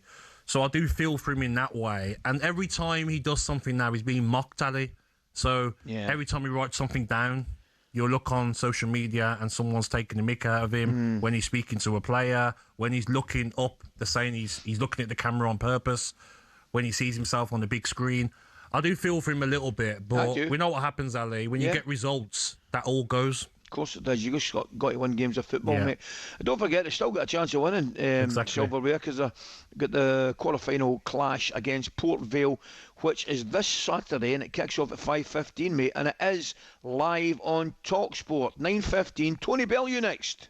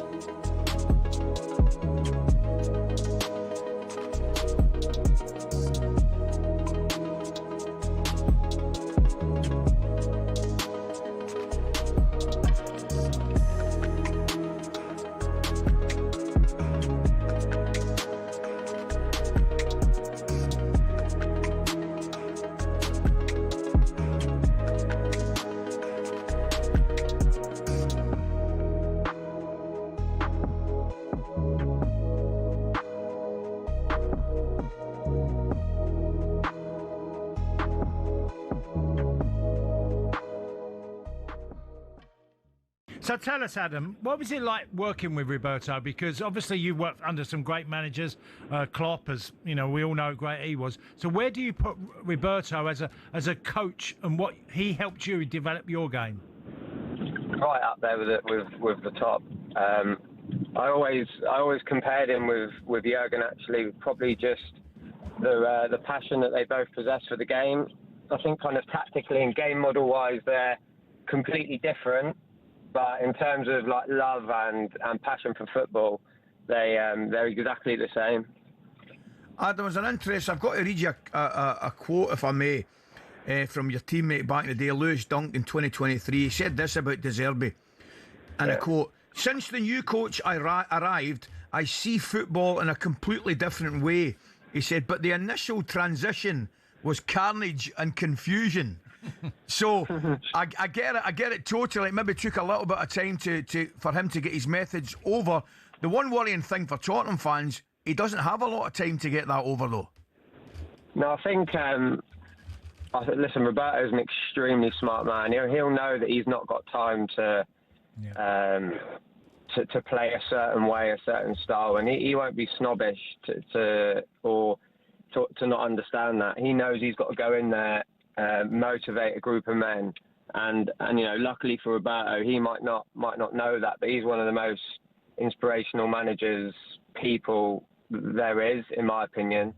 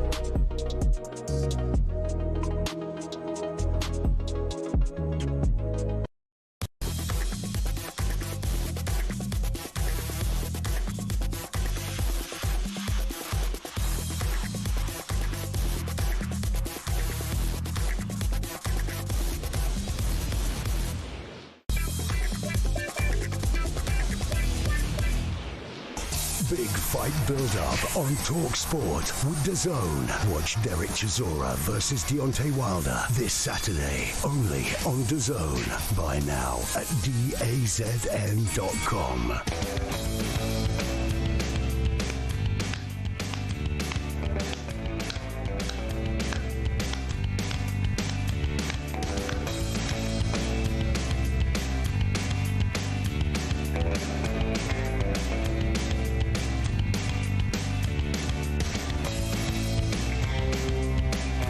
Okay, I thought we were going to a bush for the show there. I get told otherwise. Apologies, guys. Saturday Night Icon will fall as Derek Chisora collides with the bronze bomber Deontay Wilder. What a fight that promises to be. For more on this, I'm delighted to say we're joined by former Cruiserweight World Champion and Everton's biggest fan, Tony Bellew. Tony, good morning, mate. How are you? Good morning, Tony. How are you, my mate? What's going on, Gav? What's going on, Ali? Okay, mate. One of you looks like he's in the comfort of your own home there. Oh, mate, I'm sitting here. I'm getting me cups of tea provided for me and everything, mate. It's embarrassing. Must be nice. Do you know what I've done, Tony? I've slipped into the comfort zone, mate. I don't mind telling you. You've got to do it as a soul, haven't you, lads? He's bringing you cups of tea. That's brilliant. You look as though you're either training or at a golf course. Oh, listen, I'm on a golf course, champ. I've just hit an absolute worldie on a par 3. We thought it had gone in. I'm just going to walk up to the green now and see how far away I am, but we're going all right, champ. Life's good. Brilliant, mate. Well, listen, before we go into this weekend's fight, Atoma versus Franklin, we've got to be impressed again, haven't we? I'm always impressed every time I see Moses Atoma throw punches, to be fair. I'm not going to lie, the matchup didn't really do much for me. You know what Jermain Franklin's going to bring. Oh, wow, that is close. You know what Jermain Franklin's going to bring. He's tough, he's durable, but he offers nothing back. Yeah. In all honesty, Al, and that's not what Moses Atoma needs. He needs someone to hit him back now. What's he ready for now? What is he ready for? I mean, people are saying he needs to get more rounds. And the bottom line is, you can put him in whoever you want at this moment in time, but he's just dispatching them, isn't he? You know what, champ? I think the perfect match for him is Andy Ruiz. I've been saying this for the last 12 months. Yeah. The perfect match for him is Andy Ruiz, purely based on the fact that he's the one who's durable, but he throws hard punches back, and we've seen he can throw a shock punch in now every now and again, as we've seen with the Josh fight. But, yeah, what can I say? He was fantastic. I mean, look at how close that is, lads. Oh, what a shot, mate. Fair play, oh, fair play. Quality. What a shot. Well done. Tony, what about this weekend, Tony? Derek Chisora, his last fight versus Deontay Wilder. He won his last fight, didn't he, Deontay? But the one before, the loss to Zhang, was that when he sort of turned the wrong way after a punch and then got knocked out, Tony? I don't want to... Do you know what, Gab? I know which angle you're taking me down here, lad, but you have to get out of bed early and that to get me. I'm not labelling him a quitter. No. I remember that fight. He turned round after a shot and faced the wrong way. He got turned round, mate. The punch was that hard, to be fair. You know, he's got spun, but at the same time, I get what you're saying. It's one of them. It's Deontay Wilder. I don't think there's any quitting Deontay Wilder. I just think he come up against Zhang and it was a punch and he felt it, mate.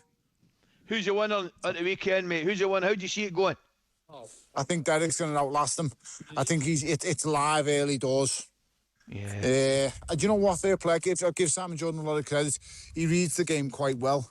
And Simon Jordan was saying that, you know, he hasn't seen Deontay Wilder throw meaningful punch in 12 months. And I get his point there, I really do. But at the same time, he only needs one punch, lads. He's a one-trick pony, but I'm not going to lie. It's a hell of a trick. I mean... Tony, I don't want to take you away from your putt, but there's no way I can let you go without asking this question. I mean, Big Moisey, I know I'm biased. He's my big mate. What a job he's doing. I was at the stadium, by the way, not for the Scotland game, but I was at the stadium last week, and I'm well impressed with that place. I would imagine the game against Chelsea, that was absolutely rocking. Can you and will you finish above the red side of the city, mate? I don't know about finishing above them. I don't even want to talk about them because it's not about them, it's about us. So we're not going to mention their name, and I'd appreciate it if you didn't bring it up again, please, Ali. You know, I've got massive love for you. You're a fellow Blue.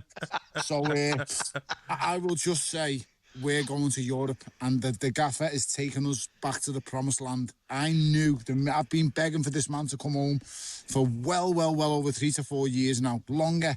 And I'm just so happy he's home. The football club's in such a better place. And it's down to him massively. What we need to do now is back him in the summer. If he gets European football, do you know if he's to finish in the Champions League? I don't care who says what. He's got to get manager of the year. Every chance, though. You, Tony, you were a big admirer of Beto, weren't you, and Barry? And whenever anyone gave him a bit of criticism, you backed them. Are you happy with their form? It's not that I'm a big... I just feel... Do you know what, Gabby? You know more than anyone. Confidence in strikers is the most important thing. Yes. And for me, that's the most... And once he's got a bit of confidence, then finishes the other night, mate. Yes, that little dink over the keeper. It reminded me of Crespo in the Champions League final years ago. Listen, Tony, I'm letting you go, mate. I've got one point to make out. That doesn't look like Kirby. Where are you that's where abroad, playing that golf? Where are you playing? Southport Ainsdale, lads. It's the only place you've got to play. It's unbelievable. Ali, I'll get you up here. I'll give you a spanking. Hold on, he's over it. He's over it. 6-foot putt. Oh, it's not great. Oh, he's canned it's not great. He's canned it. It's not great. My timing's poor, Tony, because, by the way, with Laura Davis on literally 10-15 minutes ago, she could have talked you through that putt. Listen, that's just another par for me, lad. Don't worry about it. Off 17, it's good numbers, you know what I mean? That's what I'm playing off these days, 17. I'm on the way down. But that's what can you say? I'm flying. Magic, mate. Well, listen, we really appreciate you taking the time to join us, mate. You enjoy that round. The weather looks fantastic. Don't forget, we've got the boxing tonight. We've got the boxing on Friday night. Yes. Pat Brown against Vasil Dukar. Yes. This kid is the brightest cruiserweight prospect in world boxing. Super strong, super talented, super dedicated. Pat Brown is a name that we need to pay attention to. So, here's one for you. Although Derek's on this weekend, that's a quick one. Well, you brought him up there because we had him on yesterday, by the way, and he was absolutely top class. Could he be one of the ones in the future with Atoma? That's a big call. I mean, he's not the biggest, but he's one of the strongest. Of course, that could be a rivalry that picks up later on down the years. But as I said, for this weekend, I'm all after Pat on Friday, and then I'm down there Saturday for Derek. Derek's the one. Derek's going to shock the world. He's going to get it done again. And, Derek Chisora. Andy will carry on afterwards, won't he, Tony? What, champ? Do you reckon he carries on afterwards, or is he definitely his last fight? Oh, don't start, mate. He's promised me and he swore to me he'll stop. I'm not having it if he doesn't, mate. I'll finish him myself if he doesn't stop. I'll try him out. Lads, have a great week and don't forget. Hey, head down and follow through, old son. Head down, follow through. I'm trying my best, champ. See you soon. See you soon, mate. Fantastic. Up the toffees. By the way, I don't want to drop him in it, but he looked as though he three-putted to me there. Yeah, he did look like he was struggling there. I didn't want to tell him live. Hopefully he's not listening, but he doesn't look great golf player. Oh, no. Oh, that was good. Former cruiserweight champion Tony Bellew here. Fantastic. Speaking to us ahead of Derek Chisora versus Deontay Wilder, which, of course, live radio commentary on talkSPORT. That was a look ahead to the Chisora-Wilder fight with DAZN. And don't forget, you can watch it live this Saturday only on DAZN. Buy now at DAZN.com. Big fight build-up on talkSPORT with DAZN. Watch Derek Chisora versus Deontay Wilder this Saturday, only on DAZN. Buy now at DAZN.com. Tell you what, the weather looked brilliant about Tony was. I'm not sure he said it was Southport, but it looked I'm not having that, Ali. I'm looking out the window here, mate. It's grey. Well, I've got to say, Gabby, I'm going to phone you, right? During the next news break, I'm going to phone you. Beautiful it is here. I thought the weather's better in the south. Oh, it's meant to be, and it normally is, to be fair. OK, before we go to a wee break, I want to give a shout out to Ben. Ben's a plumber in South Manchester. Big Manchester City fan. He's been listening to the station since the days of Tom Watt. That wasn't yesterday. Massive thanks for listening, pal, and the very best of luck in the weekend against Liverpool. Manchester City versus Liverpool is part of an FA Cup quarter-final bonanza this weekend. We will also be bringing you Chelsea versus Port Vale, and indeed Southampton versus Arsenal. Up next, big thrill coming up. We're going to speak to Leeds legend Eddie Gray ahead of their tie away to West Ham.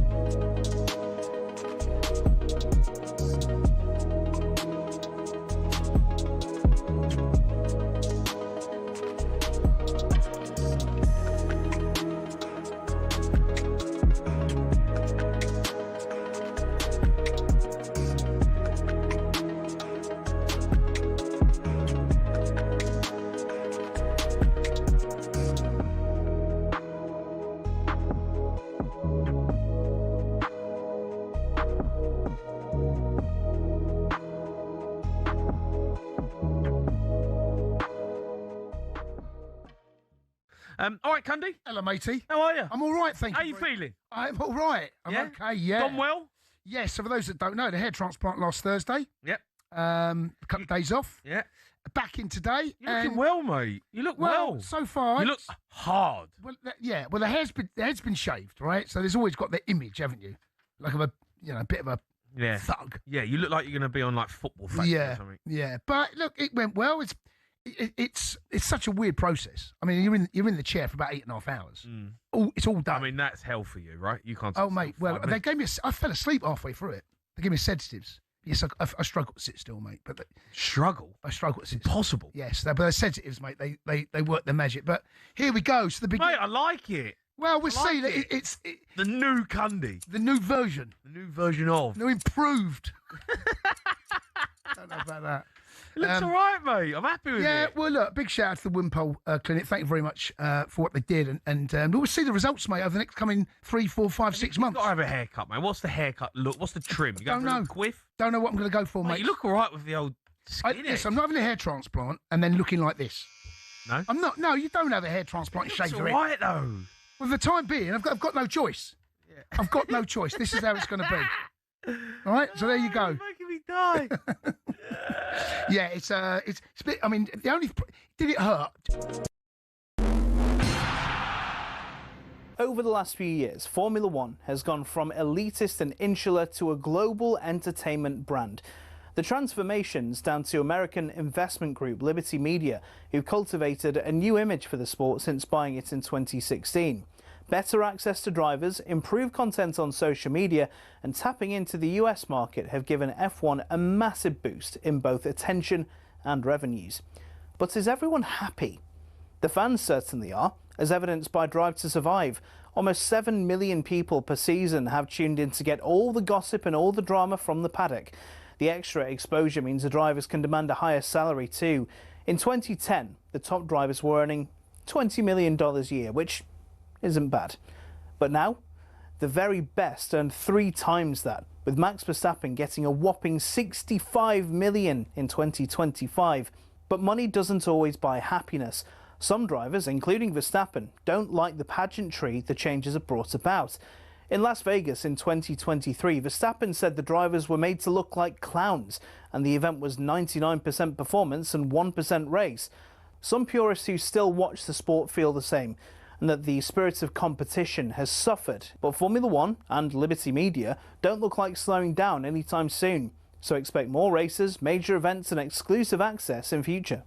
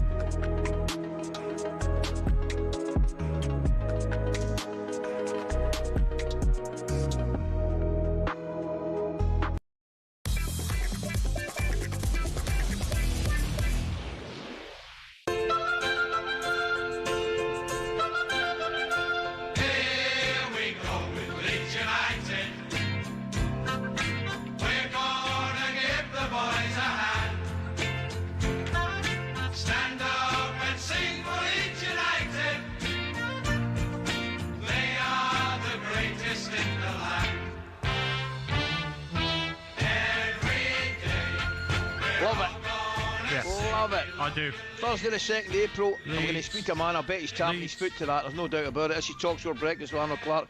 It's a perfect time to upgrade your car. Get 2 years free servicing when you buy a used car in the upgrade event. Check it out online. Ali and Gabby with you this morning. Right, international football is done until the summer, so it's all eyes back on the domestic side of things. FA Cup quarter-final weekend, really looking forward to it, and then the Premier League is back 8 days from now. Leeds have had a great season. Back in the big time, no doubt about it. But no goals in the last 4 league games have sucked them back into relegation trouble. We're going to bring in a legend of the club, Eddie Gray. Eddie, good morning. Was your foot tapping along there, mate? It was actually, Ali. Yeah, good morning to everybody. Yeah, great to see you, Greg. It's a great song, that. It's been brilliant. Listen, I used to room with Gary McAllister, mate, in the Scotland set-up, Eddie, and he used to sing it to me all the time, mate. He loved it. He loved it, mate. Yeah. Well, listen, thanks for coming on this morning, Eddie. Really appreciate you taking the time. Now, the first thing I'm asking you is this, right? I'm really looking forward to the game at the weekend, West Ham versus Leeds. And it's obviously a massive, massive game for both clubs, but I'm guessing both clubs would swap it for guaranteed top-flight football next year. Yeah, they probably would, Ali. But in saying that, you know yourself, every player wants to play in a cup final at Wembley. So it's a huge game. But you're right what you say. I mean, the league's important to both clubs, important to Leeds United, the club I support and the supporters. So it is a big match, though. I must say that, and I'm looking forward to it. I think it'll be an exciting game. What do you think, Eddie? I've seen Leeds and I watch Leeds, and I've got to say I've been fairly impressed. But I look at the league, and I'm not saying they're in a false position, but it surprises me. It's plain and simply the lack of goals. Well, probably, Ali. What you say is right, Ali. It surprises me because every week I watch every game, Ali, every week, and we're a match for any team. Correct. And we're just not getting the results. Well, like lack of goals, lack of concentration at times. But I think when I look at the league, I think we should be somewhere round about the way we've been playing, round about mid-table. Yes. And that's the funny thing about it. But that's not the case. We've got to live with it, and we've got to battle our way out of that. But first thing we've got to concentrate now is in the FA Cup. Yeah, it's a big game, isn't it? The FA Cup game. But like Ali says, when you look at how tight the table is, I was saying to Ali earlier in the show, Eddie, I'd imagine Leeds should be like Crystal Palace, Bournemouth, the performances they've been putting in. But if West Ham win on a Friday night, they'll only be 1 point behind you. Yeah, I know that. There's 4 points in it now.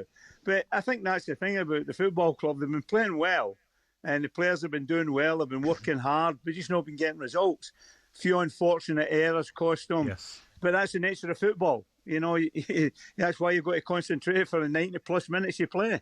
See, you're looking at the teams down there, Eddie, and you're facing one of them, obviously, in a different competition on Sunday. I'm looking at West Ham, and I've seen them a good few times. I've probably seen them a little bit more than I've seen Leeds recently. Yeah. And they've got a wee bit about them, West Ham. They really have, the Mavropanos at the centre-back in wide areas. I know someone was injured a little bit, a player that the boys will know well. Bowen's a good player. I think they've only lost 3 of the last 13 matches in all competitions. And when you're down there, you've got to get your sleeves rolled up and getting about it. You know that better than me. I think what you're saying is exactly right. I've watched West Ham, and I think they're a decent side. Yeah, they've got some good players that can hurt you. The boy Bowen's a terrific player. He causes problems, but they've got a few players in the side. If you're not on your game, they'll really hurt you. So it's going to be a difficult game for us. I mean, most important thing for us is, Ali, obviously is the league. To stay in the Premier League. That's important to us. But we'll get the West Ham to come in the last game of the season as well. I know. But that could be difficult. How important as well is the next Premier League game on Monday the 13th of April against Manchester United away? We know the rivalry between Leeds and Manchester United. That game's always important, especially to Leeds fans. And I don't know where it all came around, this rivalry, but it has. And I mean, it's so important to the Leeds United fans, the Manchester game. We know it will be a tough game. But any game you play in the Premier League, it's a tough game, regardless of who you're playing or where you're playing them, home or away. It's always going to be tough. You look at the league and you look at some of the results. For by 1 or 2 sides, it's always going to be a ding-dong battle. Eddie, I know where it came from. I'll tell you right now, I'm not sitting there. I'm blaming Big Joe and Big Gordon. Throw in Cantona. Throw in Cantona and Rio. That's who I'm blaming, mate. They stole all our best players. They certainly did. Certainly some great ones. I want to move on as well. Spurs are a team. I know we're talking about another side here, Eddie, but and I've said, and I'll stand by it, Archie aside, his attitude, I mean, you must be absolutely proud of the way he's been performing, because it looks with all the madness going on around him, he's been certainly one of the players that looks to me that's, up for the battle. He's performed admirably under difficult conditions. I know he's one of the family, but I must say, when I watch him play, he plays in a mature fashion. Yeah. He doesn't let things get to him, So he keeps playing away and keeps trying to do the right things. I hope that continues for him. He's a level-headed lad anyway, I think as well, wherever he plays, Ali and Eddie, he's playing at centre half, right back, midfield. Just throw my jersey. Exactly. I think he'll end up being a box-to-box midfield player. I think that's what he'll be. I think that's his strength, because he's a great runner with the ball when he can get forward and he's got pace and energy. I think he'll end up playing as a central midfield player, but working box-to-box, up and down the pitch.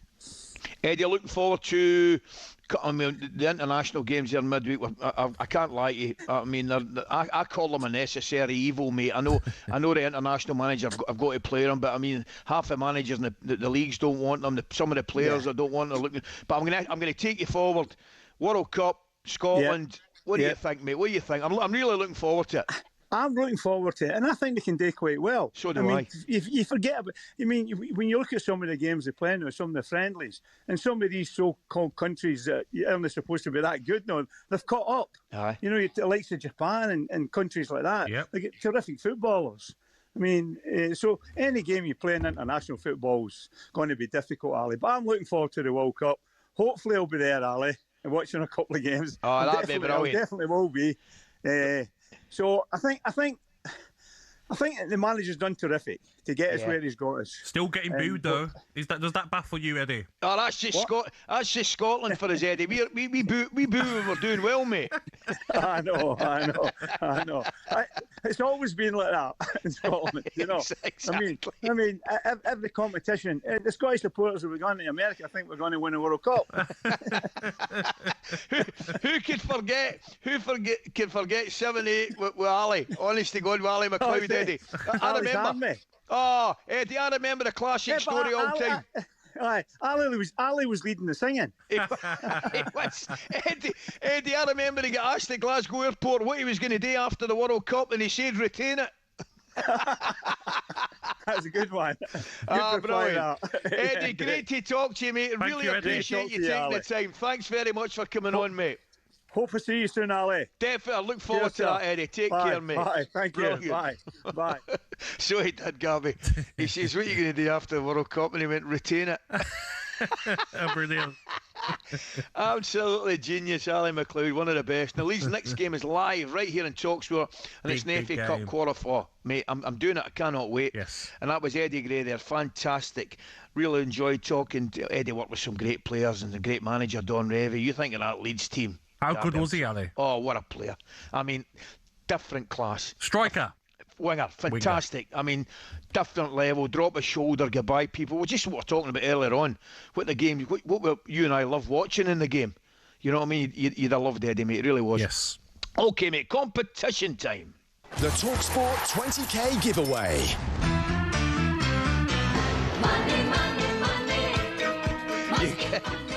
Every time I hear that song, I think about you now putting me away. That's your song, Coisty. I did enjoy that. We're giving you the chance to win £20,000 completely tax-free here in Talk. So that's correct. That's exactly what I said. £20,000 straight into your bank account. Spend it, save it, splash it. It's entirely up to you. Now here's how you enter. For your chance to win, text 1 to 83338. Text costs £2.50 plus your standard network rate. Or call 0343 418 7260. The lines will close, Gabby, on the 9th of April at 4 p.m.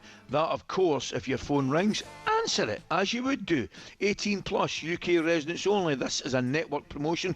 Full T's and C's at talksport.com. So for your chance to win, I'll give you, again, £20,000. Text 1 to 83338 now.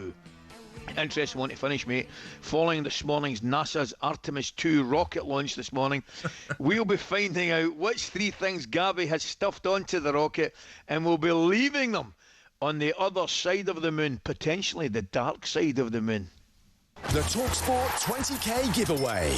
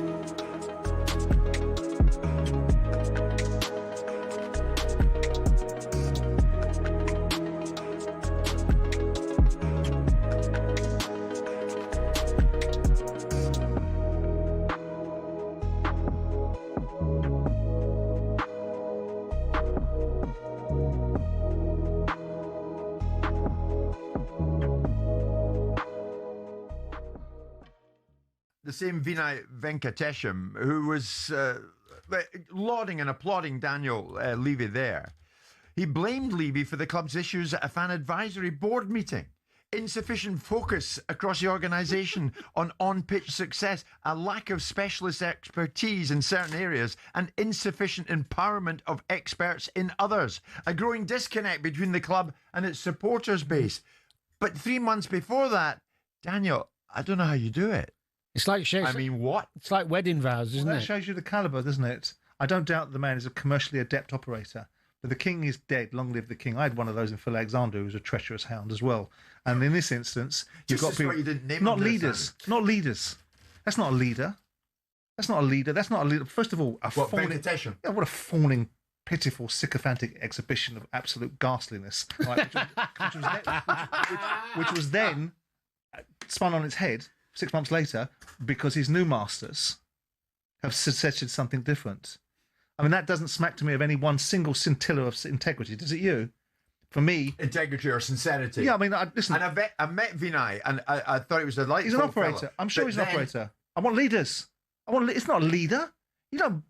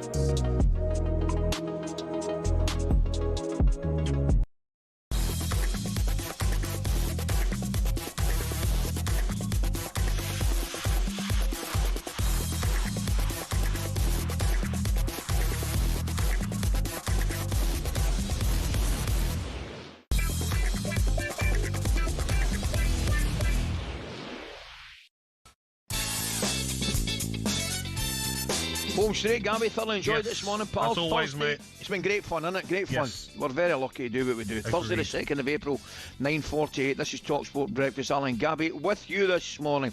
The latest episode of How to Win the World Cup is now live. Matt Ford and Jacob Hawley speak to the authority on South American football. That is Tim Vickery. All about Brazil's chances of this summer. What do you think? I don't know why, Gabby. I wouldn't say I've ruled them out. But I don't fancy them. No, I don't. I really don't. I look at Neymar, probably won't go, Ali. Yes, Vinicius Junior, great player. Pedro, Cunha, yes, very good players, but they've not got those elite players, have they, Ali? Yeah, that you would have thought of Brazil back in the day. Gabriel centre back. Well, they haven't won it, mate, since, was it Ronaldo's 2 goals against Germany in 2002? Yeah, I don't see them as a team that you'd be super scared of. Even Scotland, Ali. I know it's going to be a tough game, but you're not super frightened, are you?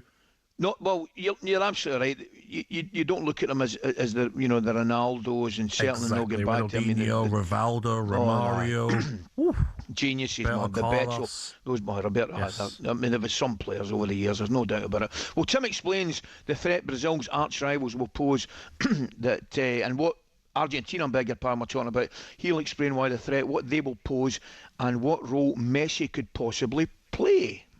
And what sort of state is Messi in? How sharp do you think he's going to be this summer? Yeah, well, he's always said, well, I might not do it. I might do it. I might not do it. You know, it's clear that he's going to be playing in the World Cup. One of his reasons, I think, for being in Major League Soccer in the States is that the calendar is less demanding. So he'll have some gas in the tank, but I think it's going to be spurts, and I don't necessarily think he's going to be playing every game now. They can put him out and bring him in accordance with how fit he is. And the team really is it's Messi and his fan club. You know, he's surrounded with his fan club, and the others will run for him. But it is greatly, I think, to their benefit that they found other ways of playing that aren't as dependent on him. What do you think, Gab? I want to see him there, there's no doubt about it. But, yeah, clearly we understand that he's by his best, but we still want to see him there, don't we? Yeah, of course we do. But, Ali, people say that. Did they not see his goals he scored?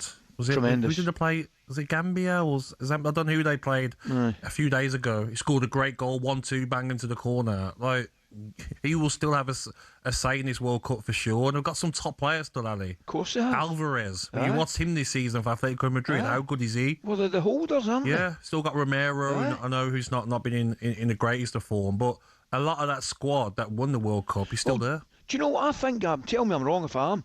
I look at a country and a team like Argentina, and they are probably more than most, if not the best, at all of a sudden having an unbelievable pride and raising your game to play for your country, and showing everybody in the world just what it means to them to represent their country. Listen, they were winning that World Cup by any means necessary, Ali, for Messi, wasn't they?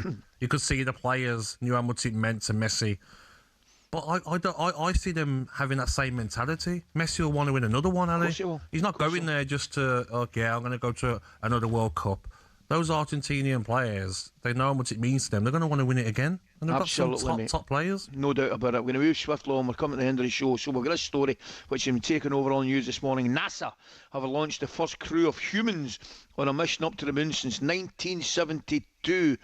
Well, the first one was 1969. I can remember it. Sitting in my living room. I can remember it. Neil Armstrong, first man on the moon, Buzz Aldrin going behind him, and the guy that started up in the other one was Michael Collins, was the third man. There you go. Some people out there don't believe it happened, Ali. I'm not having Conspiracy theorists. My second oldest boy's talking like a lunatic. Is he? He's a madman, honestly. He's going like, but Dad, the flag, there's no gravity and the flag's moving and all that. I'm saying, shut up.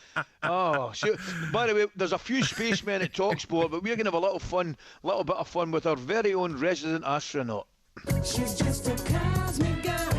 If he wants to go to the moon, he can go to the moon for like It's one small step for man, one giant leap for mankind. Not that Katy Perry going up to space. I'll get this right off my chest. Yeah, who cares? What a waste of time. I know. What was all that about? Numpties are. Oh. I've seen loads of aliens, honestly, mate. Luckily, I'm well travelled. Some of the places I've been, mate, I think I've seen a lot of aliens. Walking down South Beach, walking down Ocean Drive in Miami, I've saw some definite aliens. Brilliant. Gabby, I think you've got one or two bits and pieces that you want to go off your chest. Is this correct? Yeah, listen, this one won't shock you, Ali. Yeah? There's one set of fans I would love to send every single one of them to the space. Including the celebrity ones as well. All of them can go. Arsenal fans, I'll put you on multiple flights out of here. See you later. Honestly. Listen, it's a long shot. Have you got Piers Morgan captain in one of those space ships? 100%, Ali. Yes. 100%, Piers Morgan. They've got so many, though, haven't they? Celebrity fans. We've got one of those fans right now. Oh. Gabby is the most disingenuous presenter on talkSPORT. Are you thinking Thomas Tuchel is that whip that's going to get bullied by Teta? Come on, give it a rest, Gabby. I don't Kyle knows it yet, but I think he could be on the way to the moon. Ali, he's on his way. He's the first one on. Second one, Ali. The second one is somebody who, I thought we were close. We played England under 21s together. We worked together many times. I thought we were the future of the breakfast show in 15 years' time. He's getting married in 2 weeks, and I don't think I'm invited anymore. Oh, come on! I don't think so. You unfollow me on Instagram. So no, O'Hara, after your wedding day, you're going to the moon, pal. O'Hara can go as well, Ali. You're winding me up. I got the invite, but I don't know if it's still valid. He has not unfollowed you. He did on Instagram. I've got the invite of his wedding. He sent it me about a month ago. But I don't want to turn up, Ali. I get the doorman's like, not today, mate. Mr. Wonderhall. You're not coming in. Nothing would give me greater satisfaction of watching you getting frog marched out of Jamie Harry's wedding by a big bouncer with your arm up your back. Stranded in Essex. Not today, Just Mr. stuck. Igbornlaw. Anybody in Essex? Pick me up. I can't get in. And you say, but I've got my flower on and everything. Oh, God. That would be different, classmate. Brilliant. Have you MD else, or is that it? That's it, Ali. But Quite right. seeing we're talking about what I do not like, mushrooms. I'd get every mushroom, Ali. You don't like mushrooms? I don't like mushrooms, mate. Oh, no. Gabby, I love mushrooms. No. I was out with a Ian last night for a steak, right? No. And I always have mushrooms. No. See if I'm having a fry-up at the weekend. Got to have mushrooms in it, mate. No. Ali, I pick them out the plate. And I can't have them on the plate either. They have to go on a napkin. That. Yeah, they can't. I can't have mushrooms, mate. Oh, no. I'm staggered at that, mate. I mean, that's up there with Jeff no liking gravy for me, that. No, that's worse.